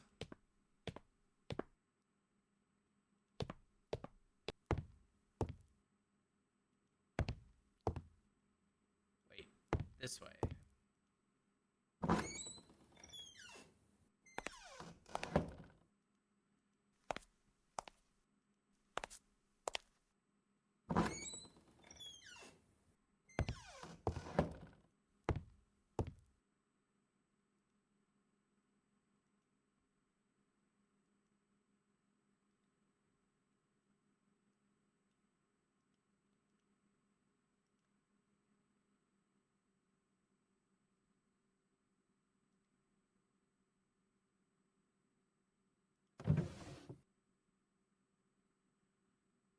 Oh, let's see. Okay, yeah, there's that photograph.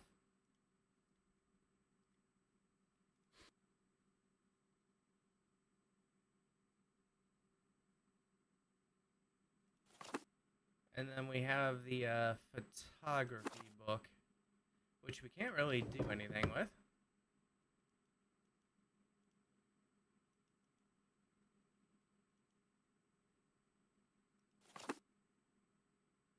Housekeeping. Can't really do anything with that either.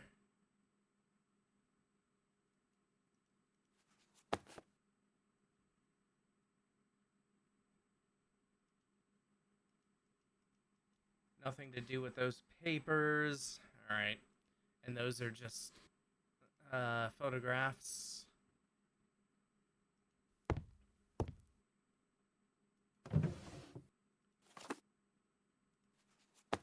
That was the photography book.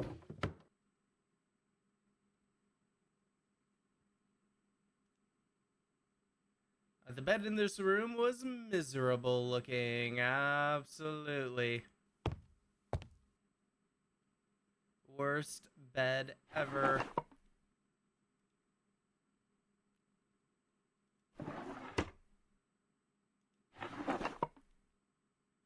All right. Anything? No.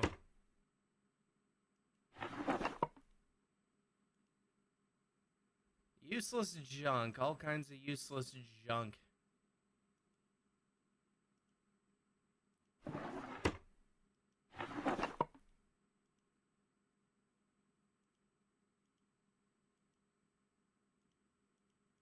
Yep, somebody loved photography. All right, I guess there's not really anything in there.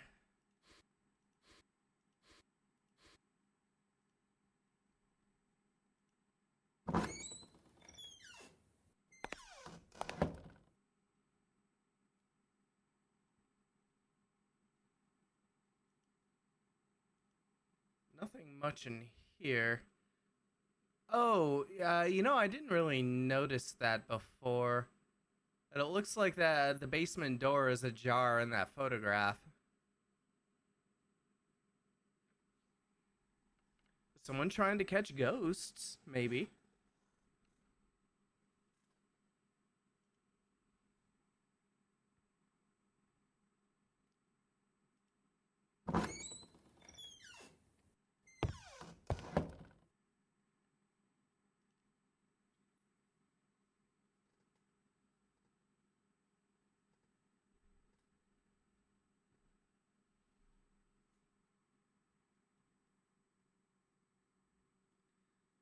Oh, let's see. Let's see. What are we gonna do?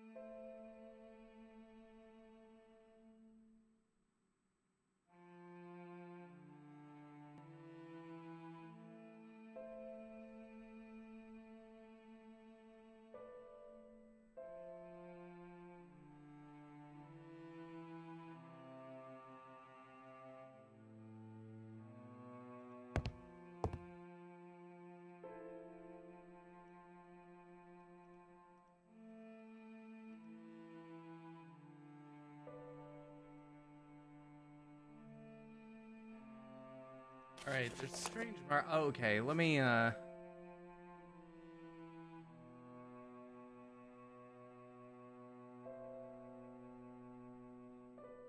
right, doesn't seem to be any clues there.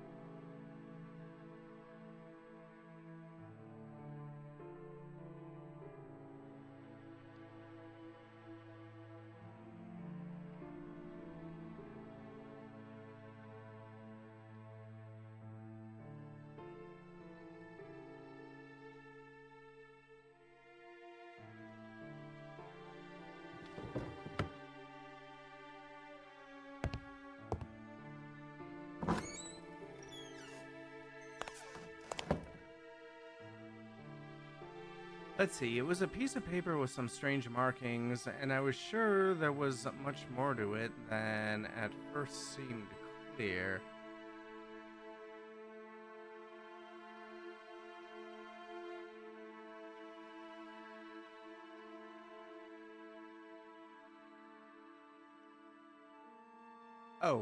Oh. I managed to reveal what appeared to be a letter in Italian. How? Did we just write in Italian?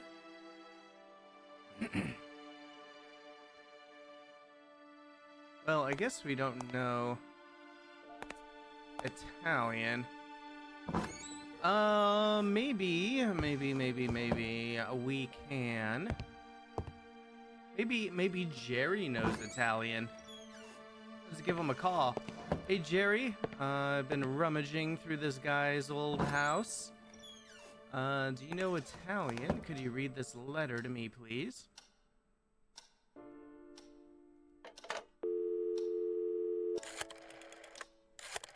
Alright, you better pick up, Jerry. Hello? Jerry, it's me. What's up, Michael? Do you know anything about the previous inhabitants of this house? Not much. Just there were some strange individuals. Uh-huh. There's also the murder. You're kidding me. A murder? Oh, An old-fashioned murder. a murder. I love the details, but sadly I don't know very much. It's old history, really. Although it caused quite a stir there in Rothbury. It seems the owner, James Blackwood, I think, went mad and killed his wife. I do remember the date, though. May 1963. James Blackwood, according to the stuff I've been reading. So you're already turning the page Oh, upside okay. down? We got I a should have date. thought so. There's Maybe we enough can look at those material for a whole newspapers. series of stories here, you know. After you finish your book, my friend. Yeah, but it can never hurt poking around a little. Would you just get back to work? Call me if you need anything. All right, goodbye. Okay, so we gotta. All right, we gotta call people more. Hey, maybe Barbara knows Italian. I'm imagining, hey Jerry, you know Italian in Kramer's voice. Oh God, it's in Italian, Jerry, Italian. Hello? Hey, it's me, Bobby dear. I need to ask you a favor. Bring it on. I found a letter here, and I'm curious about it. It's in Italian. Do you think you could translate it for me? My, Mr. Athwaite, are we being naughty? Mrs. Styles. Yes, of course I can. Just send me the letter and I'll put hands to work as soon as I have it here. Excellent. I wonder if the postman will come by. I feel like I'm the last person alive on the whole planet here. But have you told the post office in Rothbury that you're moving to Blackwood Manor? Yes, Jerry did. I just hope they don't forget about me, that's all. In any case, Yeah, thank you. did You're Jerry, such a though? dear. That's what I'm He here also for. said people were Actually, here to that's what clean I'm the paying house. you for. Anyway, I'll go and try mailing that letter. I'll be standing by for action. Thanks. Goodbye. Good luck. Oh, okay. So I guess we do have the empty envelope. I put the letter in there. The envelope had the Italian letter in it. All right. I'm assuming we don't need stamps in England. We can just jam that letter in the mailbox.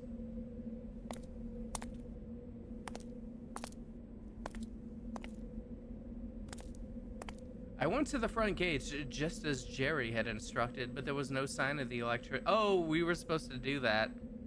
All right, the electrician never showed up. Oh, we got a letter. Let's say, well, that certainly wasn't a smooth start. Mr. Arthate, Mr. Carter sent me here today to fix a power problem in your residence. I was told to meet you at the gates, but I've been waiting a few minutes and still haven't seen any signs of you. I will wait some more and then leave. Please contact Mr. Carter as soon as possible. Alright. That was my bad. Actually, we spent like 3 hours re-looking at everything to find more puzzle objects. My bad. Alright, let's see if we can mail this letter.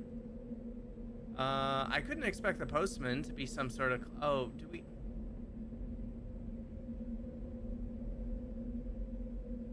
Oh, fine. Use the pen.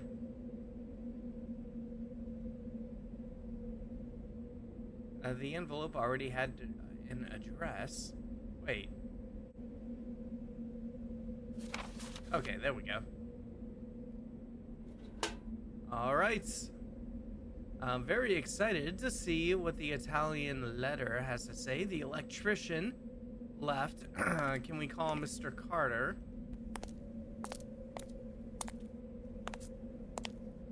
Be like, yo, what's the deal? Can't even knock on the door? Oh, yeah, well, maybe the gate is locked. I don't know. Oh,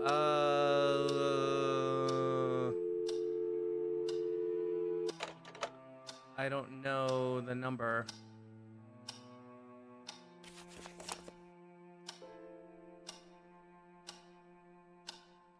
Bloody hell, it seems the electrician came by, but I somehow missed him. It must have been while I was unpacking my stuff upstairs. No, it wasn't. It was not, Michael. I wonder why he didn't just come in. I found the gate unlocked when I came here and left it that way. He probably didn't notice that.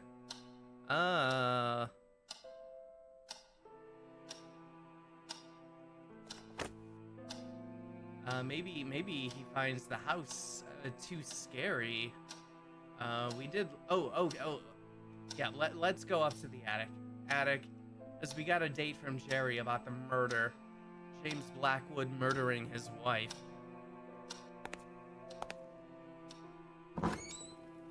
So yeah, those who may be watching, if you haven't noticed by now, this is a very, very slow burn kind of horror game. But don't worry, spooky things do happen in this game. But, you know, we're also puzzling together a mystery and whatnot.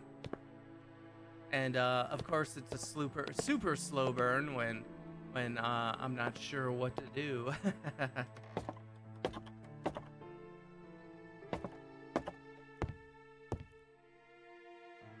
All right, so...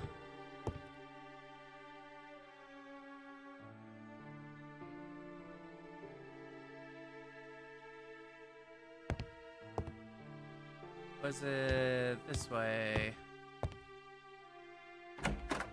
Is this the newspaper room? Yes, it is.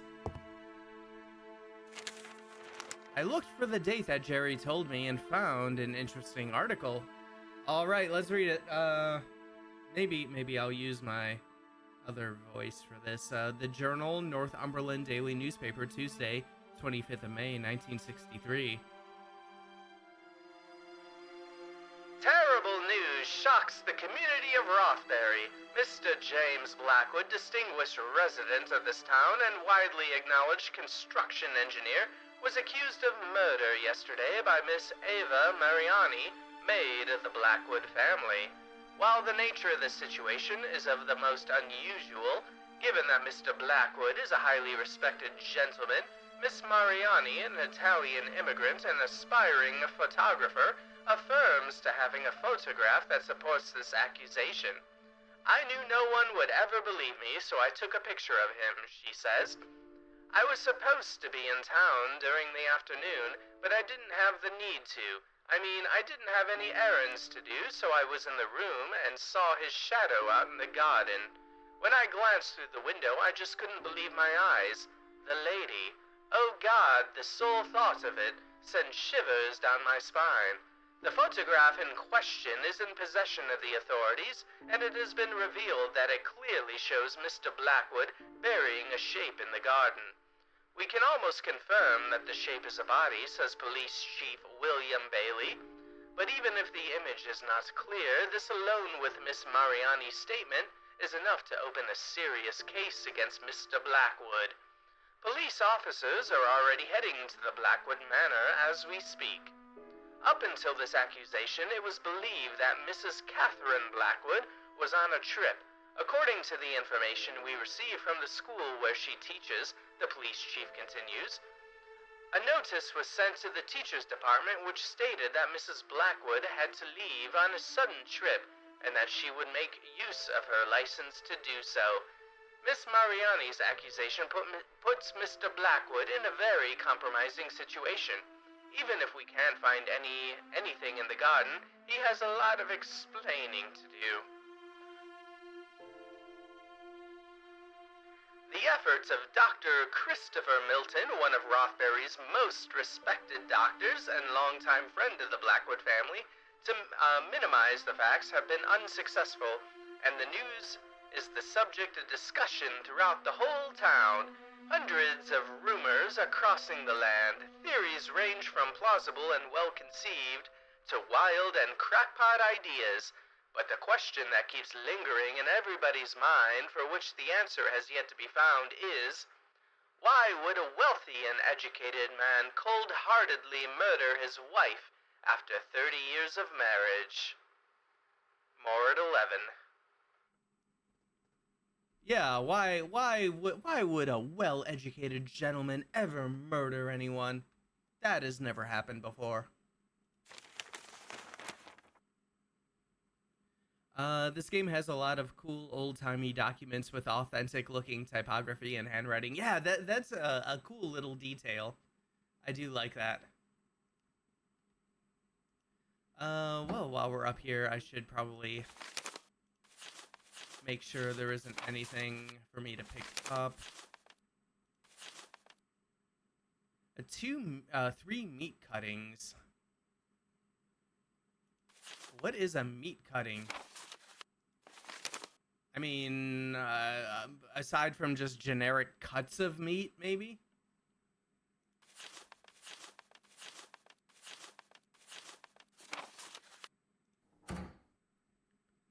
Alright. Let's see here.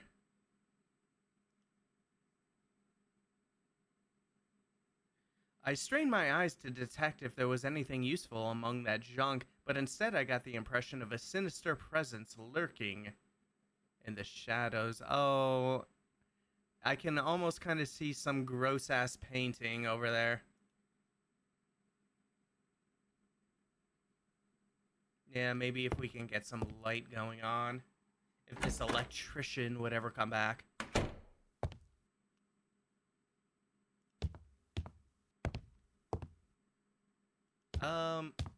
Oh god, I didn't mean to go back up. I wanted to go to the tower again, have a quick look there.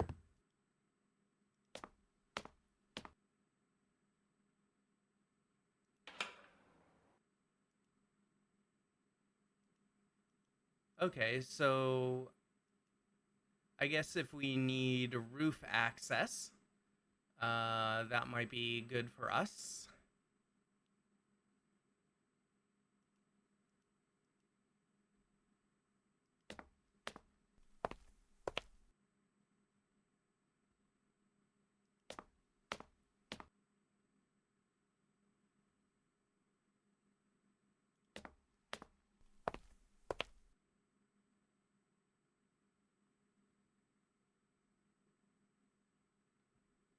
Okay, we do have that. We got tree access, we got roof access.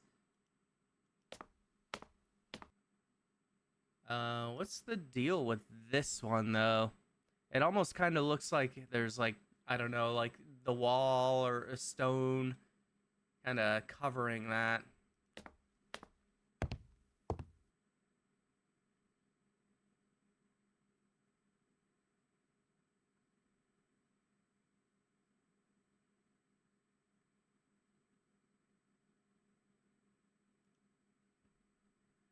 Uninteresting boxes. All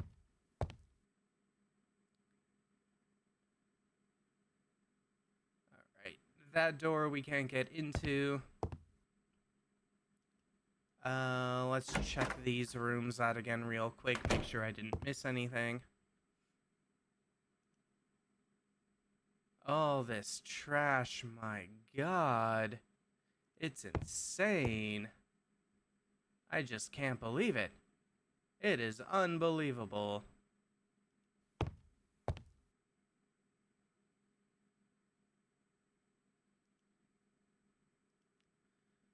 All right. Yep, stove. I don't have anything to use with the stove though.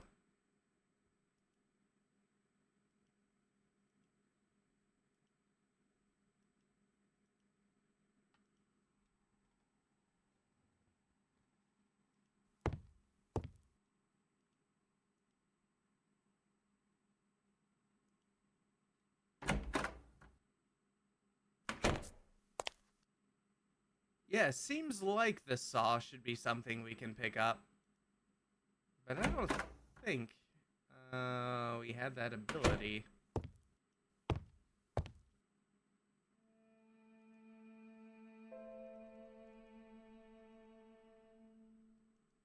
Yeah, unfortunately not.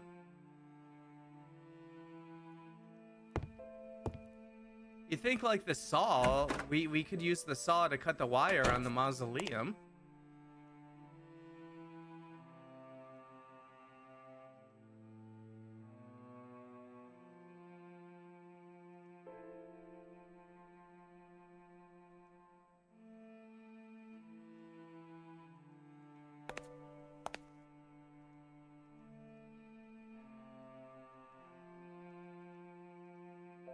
Hmm.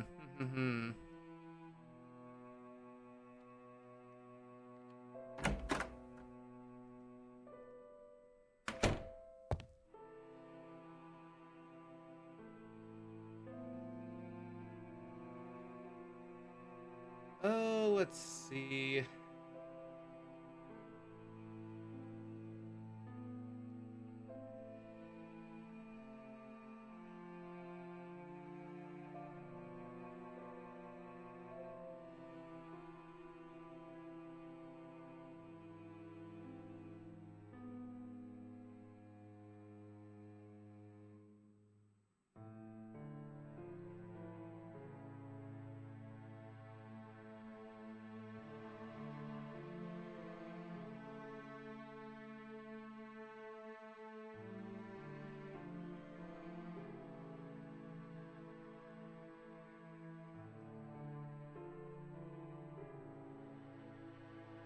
All right, let's head downstairs.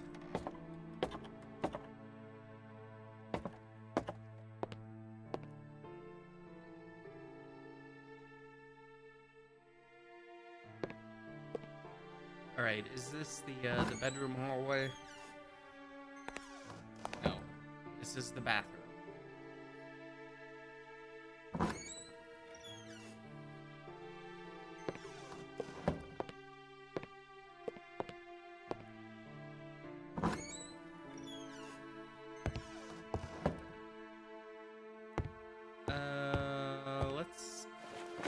check our suitcase again. All right. Yep, Jerry. Our letter from Jerry. Toothpaste. Yep, we got Barbara's phone number. Oh. Wait. All right. Oh, we got matches. I had only a few matches left. All right. Do you want to write now? I really didn't feel like writing. Well, isn't that what you're here for? Aren't we writing? You want to go to bed? I never fancied naps. Oh, God, you know, for a horror writer, Michael's so boring. Who doesn't fancy a good nap?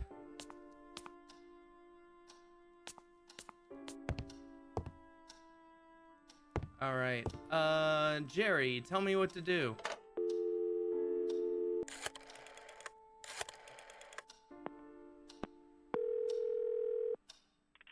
Carter Properties.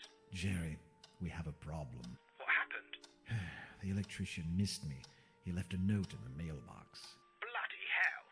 He was supposed to meet you at the gates early this morning. I thought he was just being late.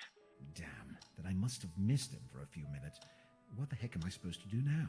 Why don't you go check the fuses yourself? Maybe it isn't that serious. Jerry, all the fuses seem to be fine. I think the problem might be a little more complicated than that.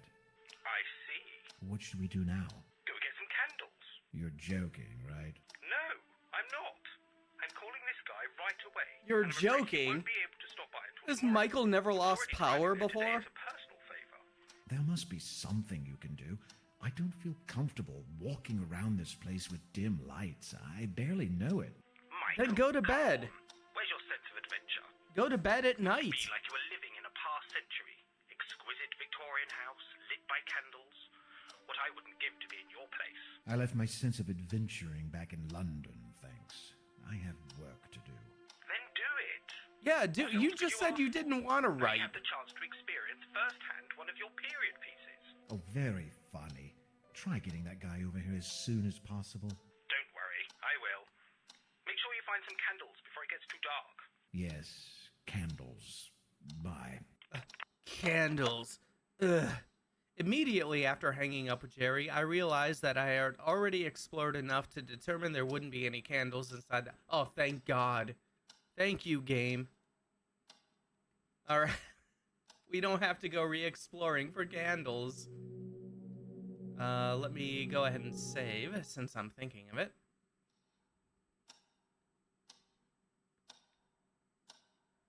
Alright,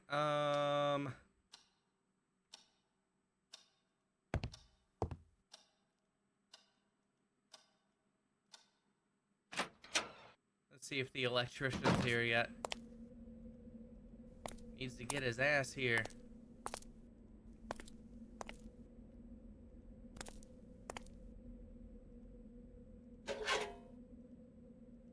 Oh, that's our letter. The electrician's not showing up. The mailman's not showing up. Or post guy. Yeah, thanks for not sending us on pixel hunting around for candles, game. Seriously. Alright, well.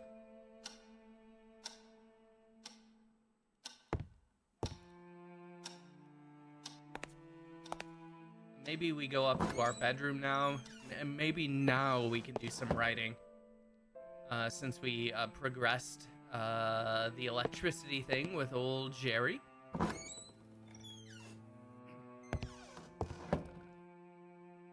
So yeah, let us head upstairs.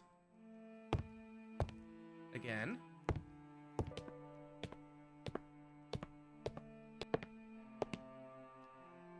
And this way, this way. Alright, Michael. You better do some writing.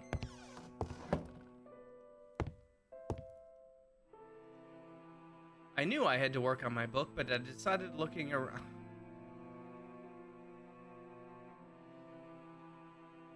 Oh, wait. Oh, I didn't even see this. Why is it that I can't concentrate? Crumpling pages like this. I'm getting worse. The whisperings, they're killing me. They cannot be real. They cannot be real. Barred the doorway, but still can hear them in my dreams. How to get rid of it? If it was only that simple. But tearing it apart would force me to admit its otherworldly nature. No, it just can't be possible. I can't allow these thoughts to cross my mind. But I can really hear them so clearly. Have I really lost it? It just can't be that I'm experiencing exactly what James did. It has to be influence. How else to explain that every time I walk past the gallery, the whispers grow louder?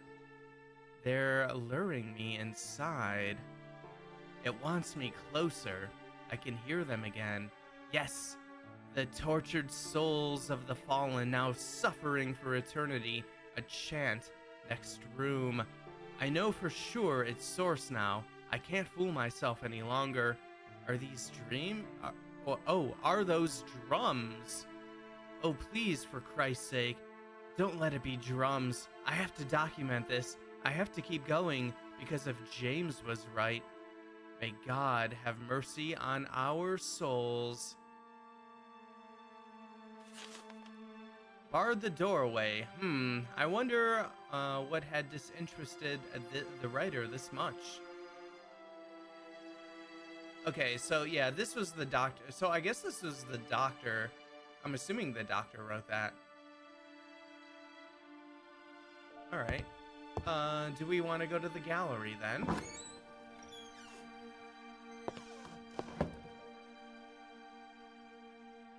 I don't know if that unlocked anything.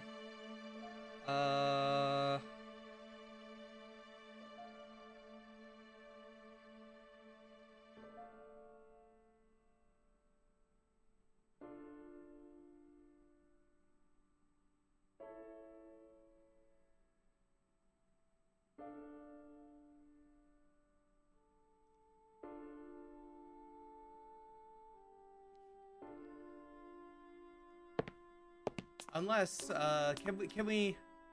Oh, maybe we gotta call Jerry again and be like, oh, there's no candles, since we didn't have to like explore for candles. All right, Jerry's gonna get so fucking pissed.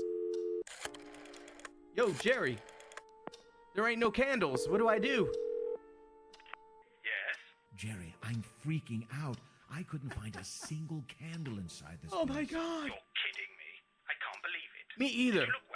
Yes, every single room, drawer, box, cabinet, nothing. Yeah, No sometimes candles. twice, 3 times. Listen, the town isn't too far away. No more than 20 minutes drive. If you can't find some candles there, I'll eat my hat. You'll eat your whole closet. This is getting on my nerves. Come on, it's just a quick ride. You know how to get there? Yeah, I saw it on my way here.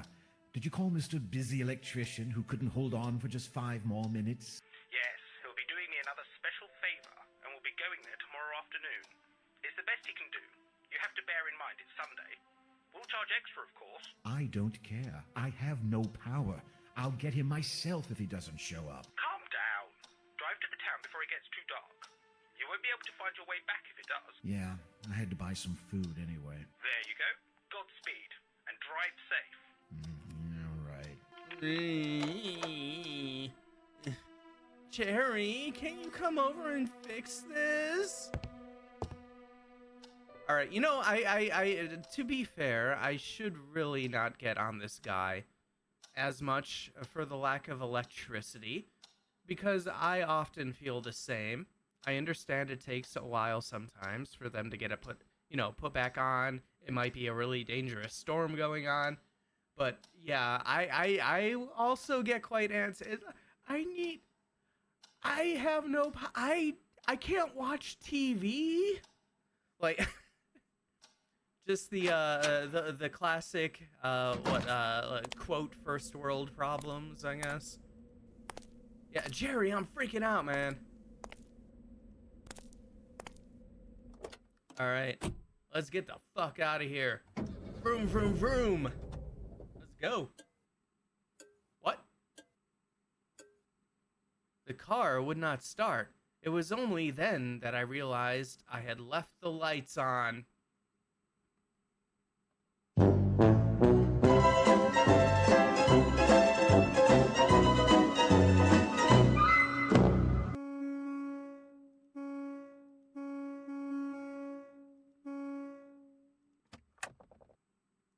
All right. Yep, the car battery's dead. All right. So I know what we do. There's only one thing we do in situations where we're not sure what to do. We call Jerry. Oh, it's getting dark out. All right. Let's call Jerry and whine some more. This is a very realistic scenario where you need your landlord to fix something, and they're like, yeah, my cousin will come by tomorrow. And then they never do.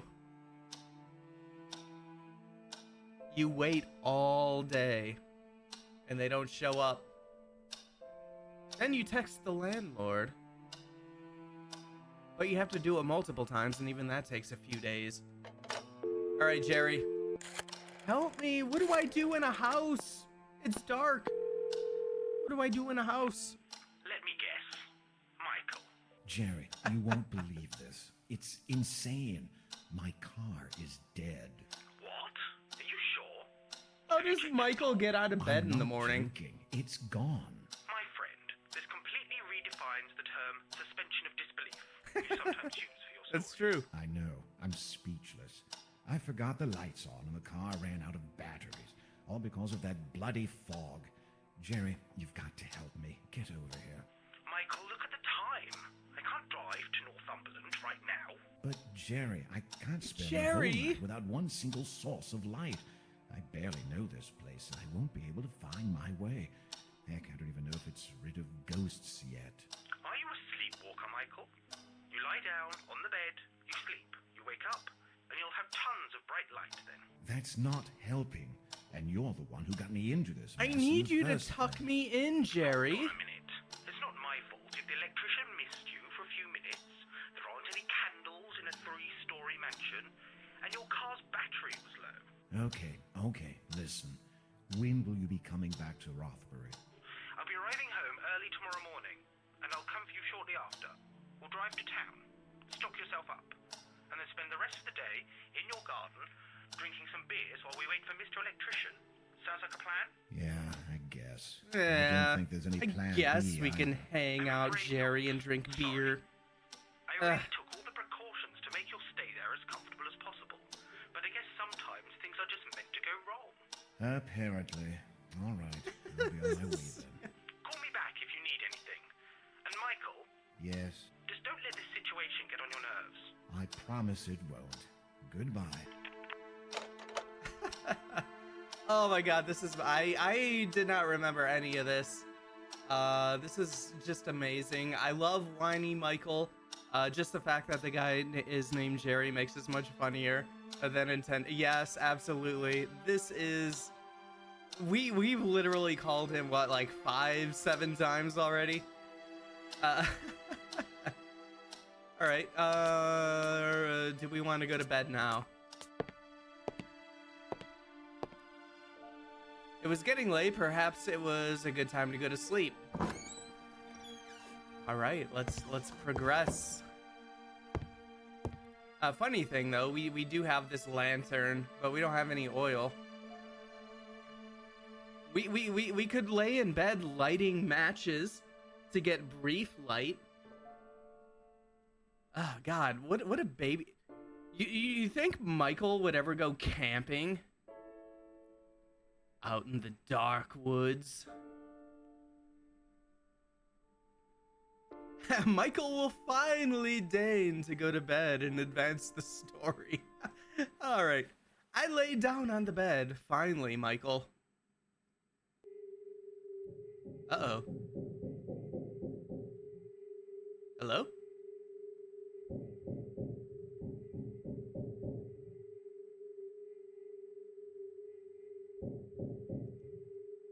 The sound of a hammer banging away wouldn't let me sleep.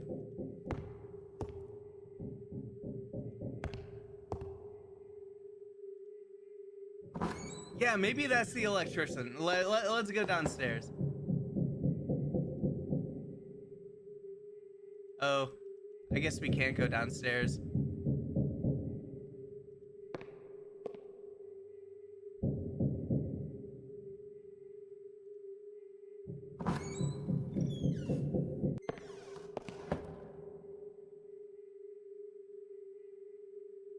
Oh, shit. There's a door behind that case, that display case.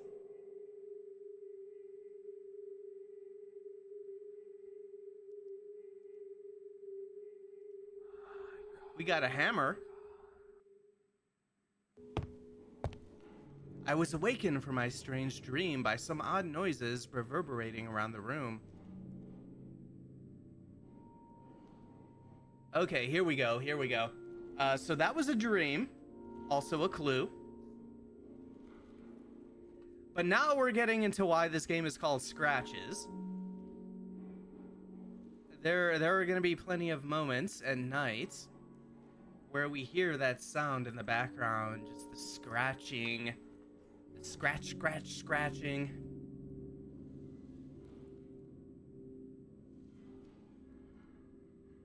Not until I figured out where those scratching noises were coming from.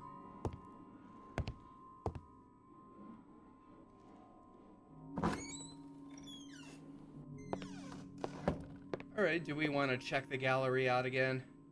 After this strange dream.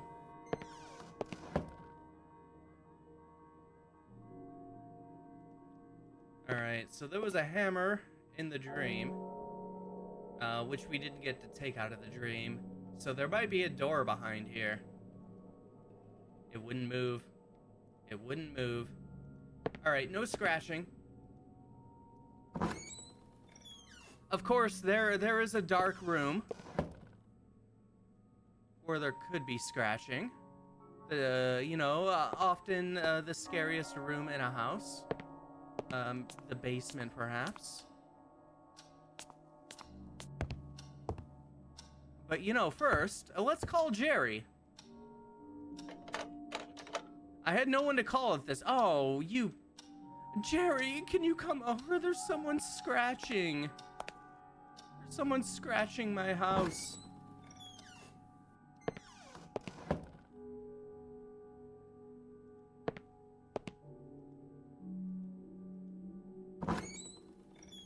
It's never too late to call Jerry. Exactly. I feel like I'm too far away from scratching sounds. I thought about investigating, but then I realized the basement would be pitch black at this time. Alright, maybe we should go up to the second floor. I'm not hearing the scratches anymore.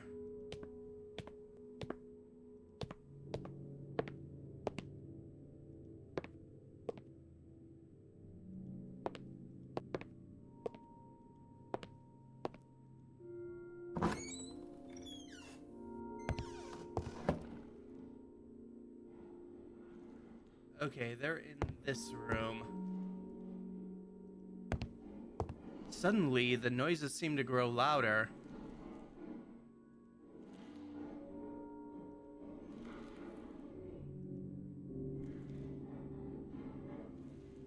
Can we use... I listened carefully as I moved the stethoscope around the fireplace. Yes, the noises were coming from there, but I still couldn't determine their source.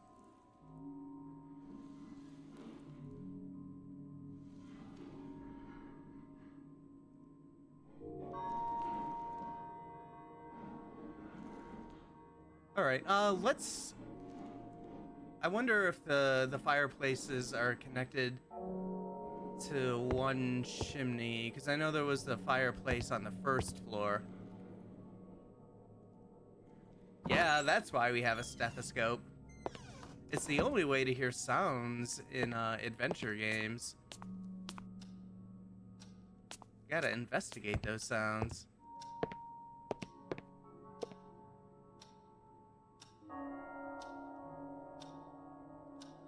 let's see. I don't hear the scratches here. Stethoscope. Oh, the noises were definitely spreading through the fireplaces, probably via some conduit. I concluded they had to be coming from below.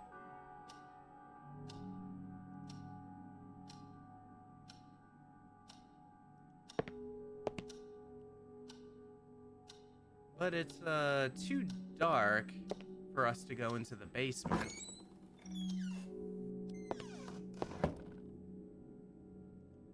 Let's check this one real quick.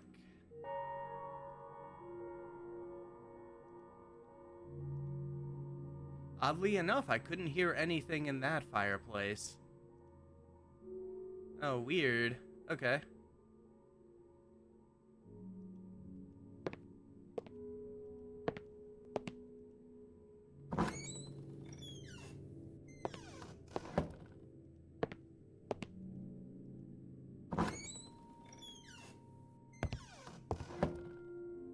Alright, well, we'll try the basement one more time. And then maybe we can go to bed, though. As much as I wanted to find the source of the scratches, I wouldn't be able to proceed without a light source of some kind.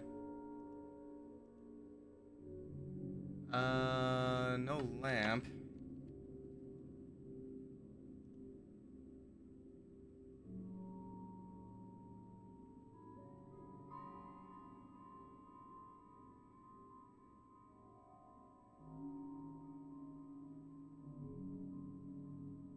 Alright, maybe we can just go to bed. Because I don't think we're gonna find any oil. Since we've already looked at everything in this house.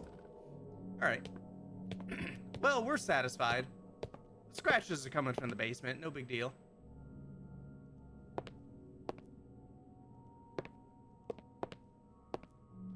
Jerry did mention rats at the beginning of the game. That's probably all it is. The scratches have stopped. I thought it was the right moment for me to go back to sleep. Ah, that's right. Let's just stay here. I went back to bed. Just normal basement scratching, no big deal. All right, Sunday, October 13th.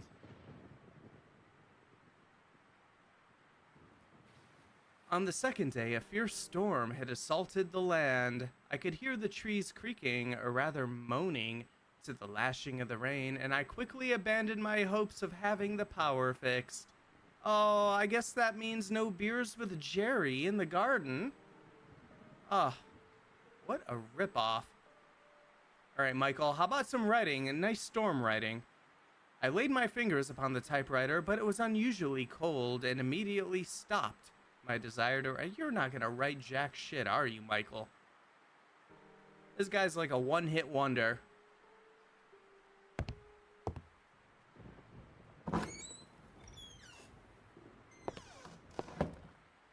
Oh man, I was looking forward to getting hammered with Jerry in the back. Yeah, same. All right, you know what? Well, let's call Jerry. Maybe he'll maybe we can explore the basement together with beer. Oh. Hello?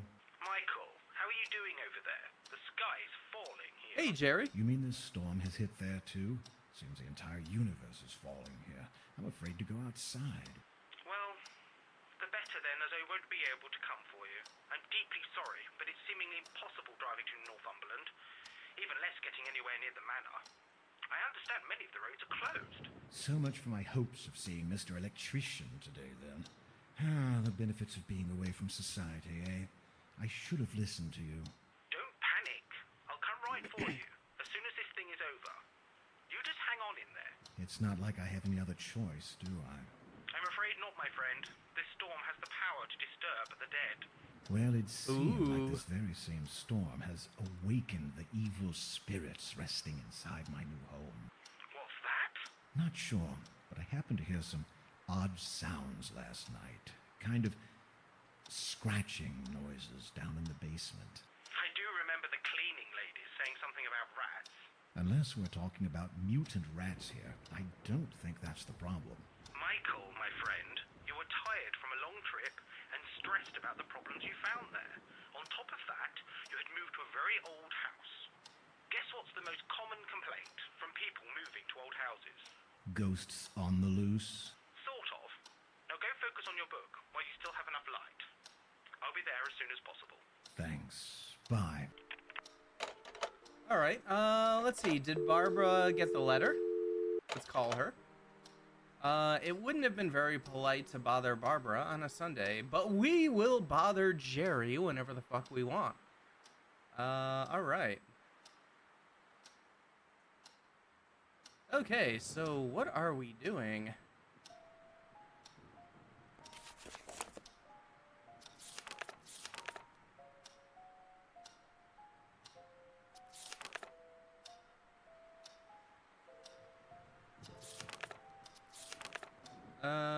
Let's see. Yep, don't want to write. No electricity. Can we go out in the rain? The storm was raging outside, and I didn't feel like strolling around in the garden. Alright, well. You want to write now?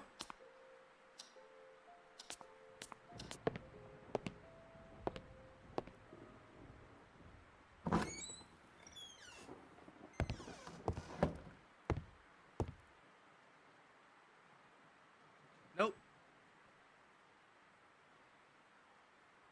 Alright, so we can't go outside. We don't want to write, of course. We probably don't want to go back to bed.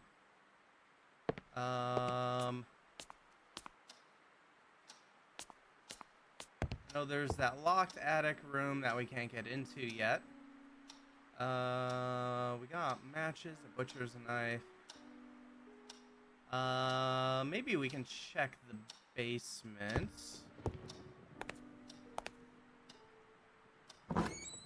I mean, the scratches have stopped, but it's at least kind of daytime.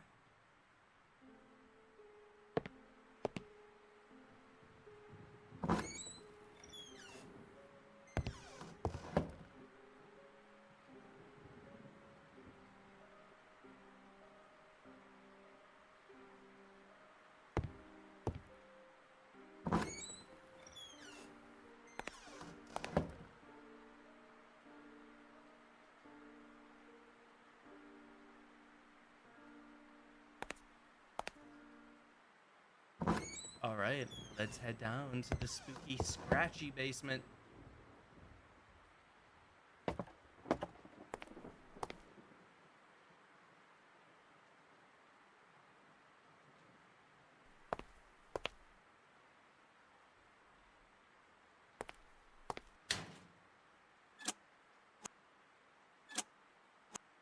Yeah, still no electricity.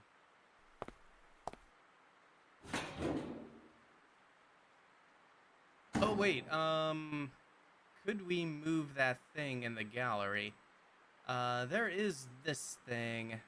We can't move it with our bare hands. And then the drain cover. Yeah, let's see if we can head over to the gallery.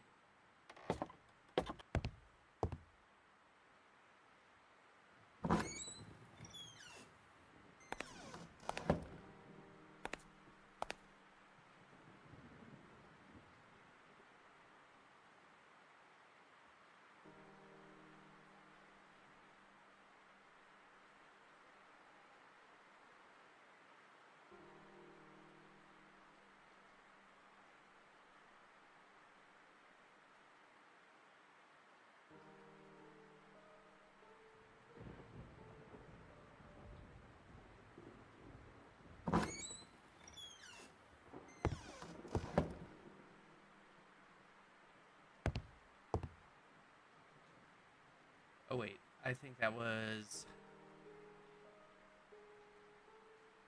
upstairs.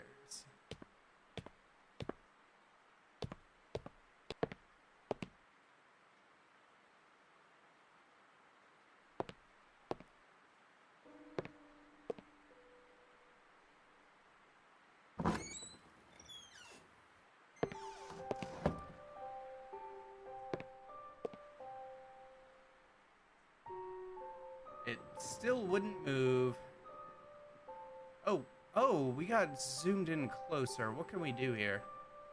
It wouldn't move. The bottom of the case seemed to have some kind of panel.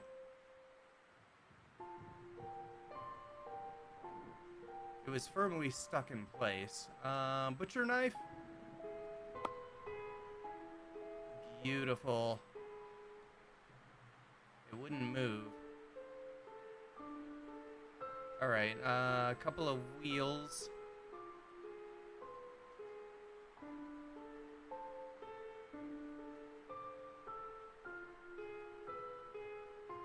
Oh god, do we have to like oil the wheels or something to be able to get it to move?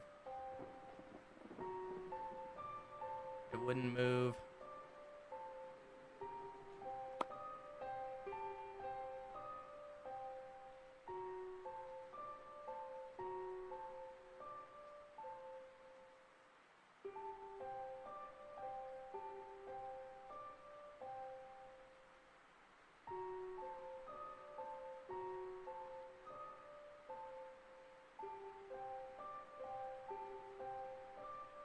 Alright, well, we'll, I guess deal with that later.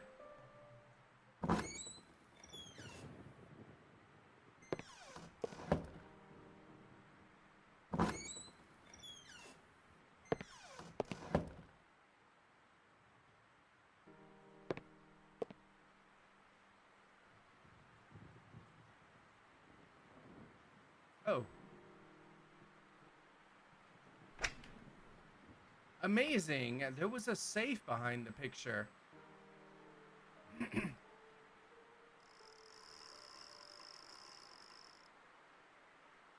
I didn't know the combination, and safe cracking certainly isn't my expertise. Oh, can we do the thing where we listen to it with the stethoscope? I couldn't hear anything out of the ordinary.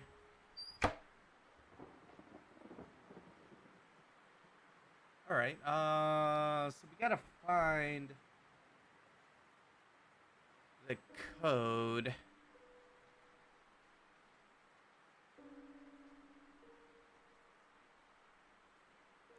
Unless Jerry knows. When in doubt, always call Jerry. He's pretty good about helping us out. Michael doesn't have elite safe cracking skills. I know. So annoying.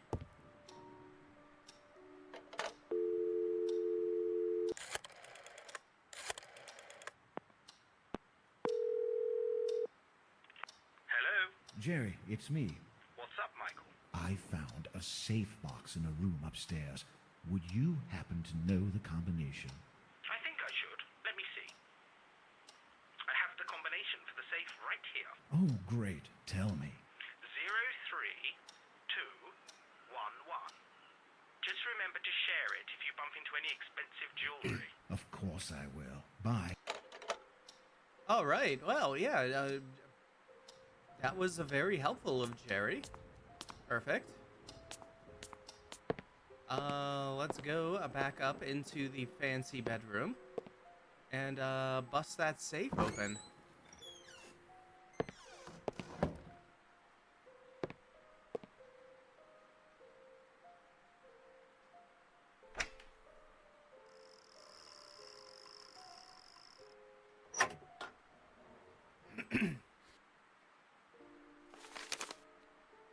All right, let's see. Something general contractors. Mr. James T. Blackwood, the Blackwood Manor, Rothbury, Northumberland. Dear sir, we hereby propose to furnish all equipment, materials, and labor to complete the contract for the construction of a 4-second floor. 4-second floor? Of a second floor. Oh my god. Oh, that looked, I don't know why that looked like a 4 to me. For the construction of a second floor for the Blackwood Manor of Rothbury, Northumberland, in accordance with plans and specifications prepared by Mr. James T. Blackwood, dated October 31st, Halloween, 1960, for the sums as follows. Base bid $34,136. Alternate number 1, deduct 1,000 pounds. Oh yeah, these are pounds, not dollars. Alternate number 2, deduct 1,500 pounds. Alternate number 3, add 350 pounds. Alt 4, add 300 pounds. Unit price, £1, blah, blah, blah. We agree to commence the work as directed and complete all work thereafter within a reasonable length of time. Based on our ability to secure materials, employer understands the construction may last from 18 to 24 months. Permission is granted to make use of the special bank account 319102 created for this particular occasion, located at the National Bank of Northumberland. Contact number. There's a phone. Oh, can we call the bank? Can we call the bank now?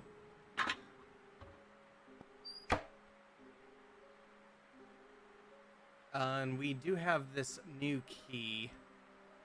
It's a generic looking key, blue in color. All right, we'll keep an eye out for some kind of Resident Evil blue door for the blue key. So this is one of those situations where they just kept adding on additional rooms, floors to the original house. It seems like it. Yeah. Oh yeah, let's go this way. Which is kind of wild, but I guess if you're like you're some rich gentleman, you can just keep adding on, I guess. Oh yeah, phone. Let's call the bank.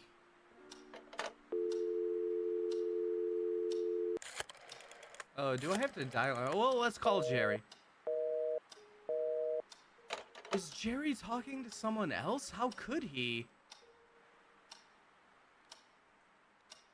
Oh god. And of course we couldn't take the paper with us. Did we at least write it down in the journal? No. Is the game expecting me to take notes? I think one of the outbuildings, greenhouse, had a padlock on it. Maybe that's what the key is for. Oh, right. Or, I think the garage had one also. Could be for one of those. We'll definitely have to check, once the storm is over, of course. Because, Michael doesn't want to go out. He might get too wet. Oh, what a storm. A little rain. Alright, let's see what that thing said. Phone number.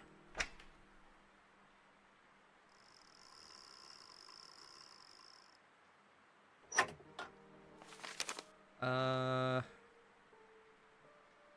gonna take a picture of it.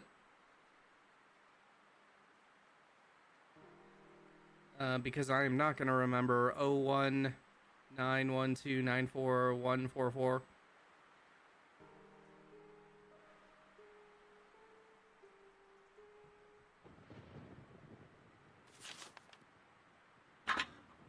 I think there might have also been a locked drawer. I know there was at least one that was like stuck. We could probably also try to find that while we're stuck inside. No reason not to. Yeah, let's go this way. Of course, Michael could also write like he's supposed to, but he's too much of a baby.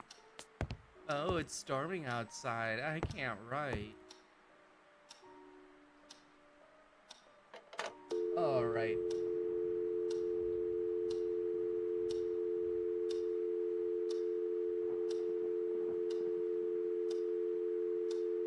Let's see. We got 01912.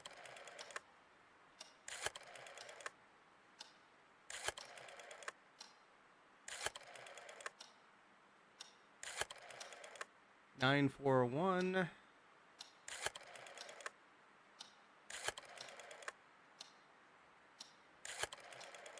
44.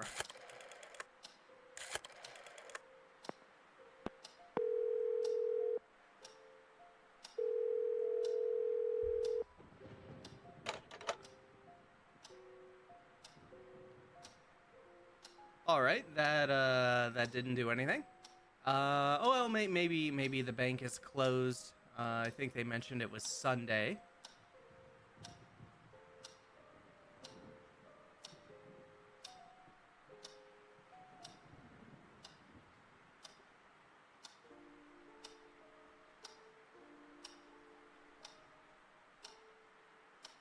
All right. Well. Let me see here. Blah blah blah.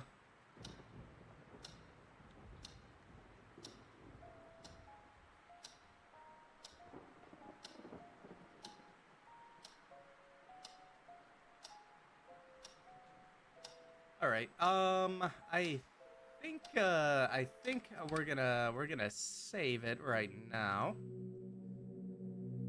Ooh, been going for 5.5 hours. Dang, these afternoon streams. I can do a bit longer than the late night ones.